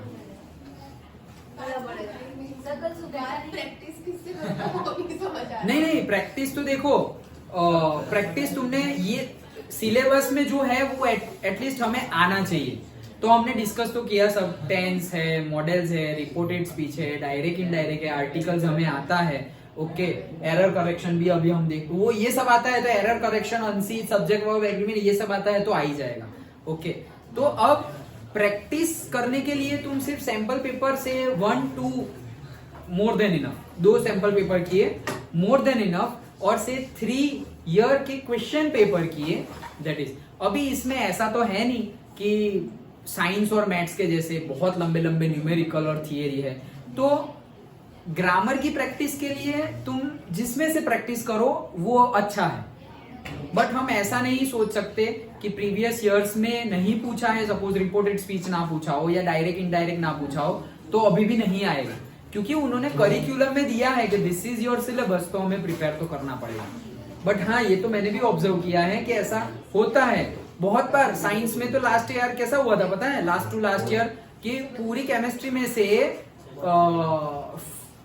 4th चैप्टर सबसे ज्यादा मार्क्स का है, पूरी केमिस्ट्री में, साइंस में 4th चैप्टर सबसे ज्यादा मार्क्स का है, लेकिन उसमें से 2 या 3 मार्क का पूछा, और 3rd चैप्टर और 5th चैप्टर कम मार्क्स का था, उसमें से सबसे ज्यादा केमिस्ट्री पूछ लिया, और 1 2 और 4 में से बहुत कम पूछा। तो वैसा भी होगा, तो ये मैं बता रहा हूँ कि उन्होंने बोला है कि करिकुलम में, सैंपल पेपर में, कि ये सिलेबस है हमारा, ये चैप्टर में से इतने मार्क्स का, ये चैप्टर में से इतने मार्क्स का, वो सही है, उनको फॉलो करना चाहिए। बट आंख बंद करके तुम कट टू कट, कोई स्टूडेंट होगा कि भाई 40 मार्क्स ही लाने हैं मुझे, ओके, मुझे सिर्फ 40 मार्क्स लाने हैं, तो मैं करिकुलम देखता हूँ, हाँ 40 हो गए, तो मैं 15 चैप्टर में से सिर्फ 6 चैप्टर करूंगा, 15 में से 6 चैप्टर किए, 40 मार्क्स, वैसा पूछना चाहिए। अब उन्होंने नहीं पूछा, क्या कर लेंगे? कुछ नहीं कर लेंगे। तो वो एज अ रेफरेंस यूज करना है, ना कि ऐसा ही होगा, ऐसे नहीं, एज अ रेफरेंस के हाँ इसको ज्यादा मार्क्स है तो ये ज्यादा प्रिपेयर करेंगे, लाइक दैट, वैसे।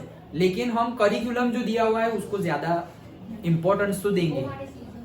ओके, तो डाउट और एरर करेक्शन और इसका एक और अनसीन कल कर देंगे, सुबह रख लेंगे।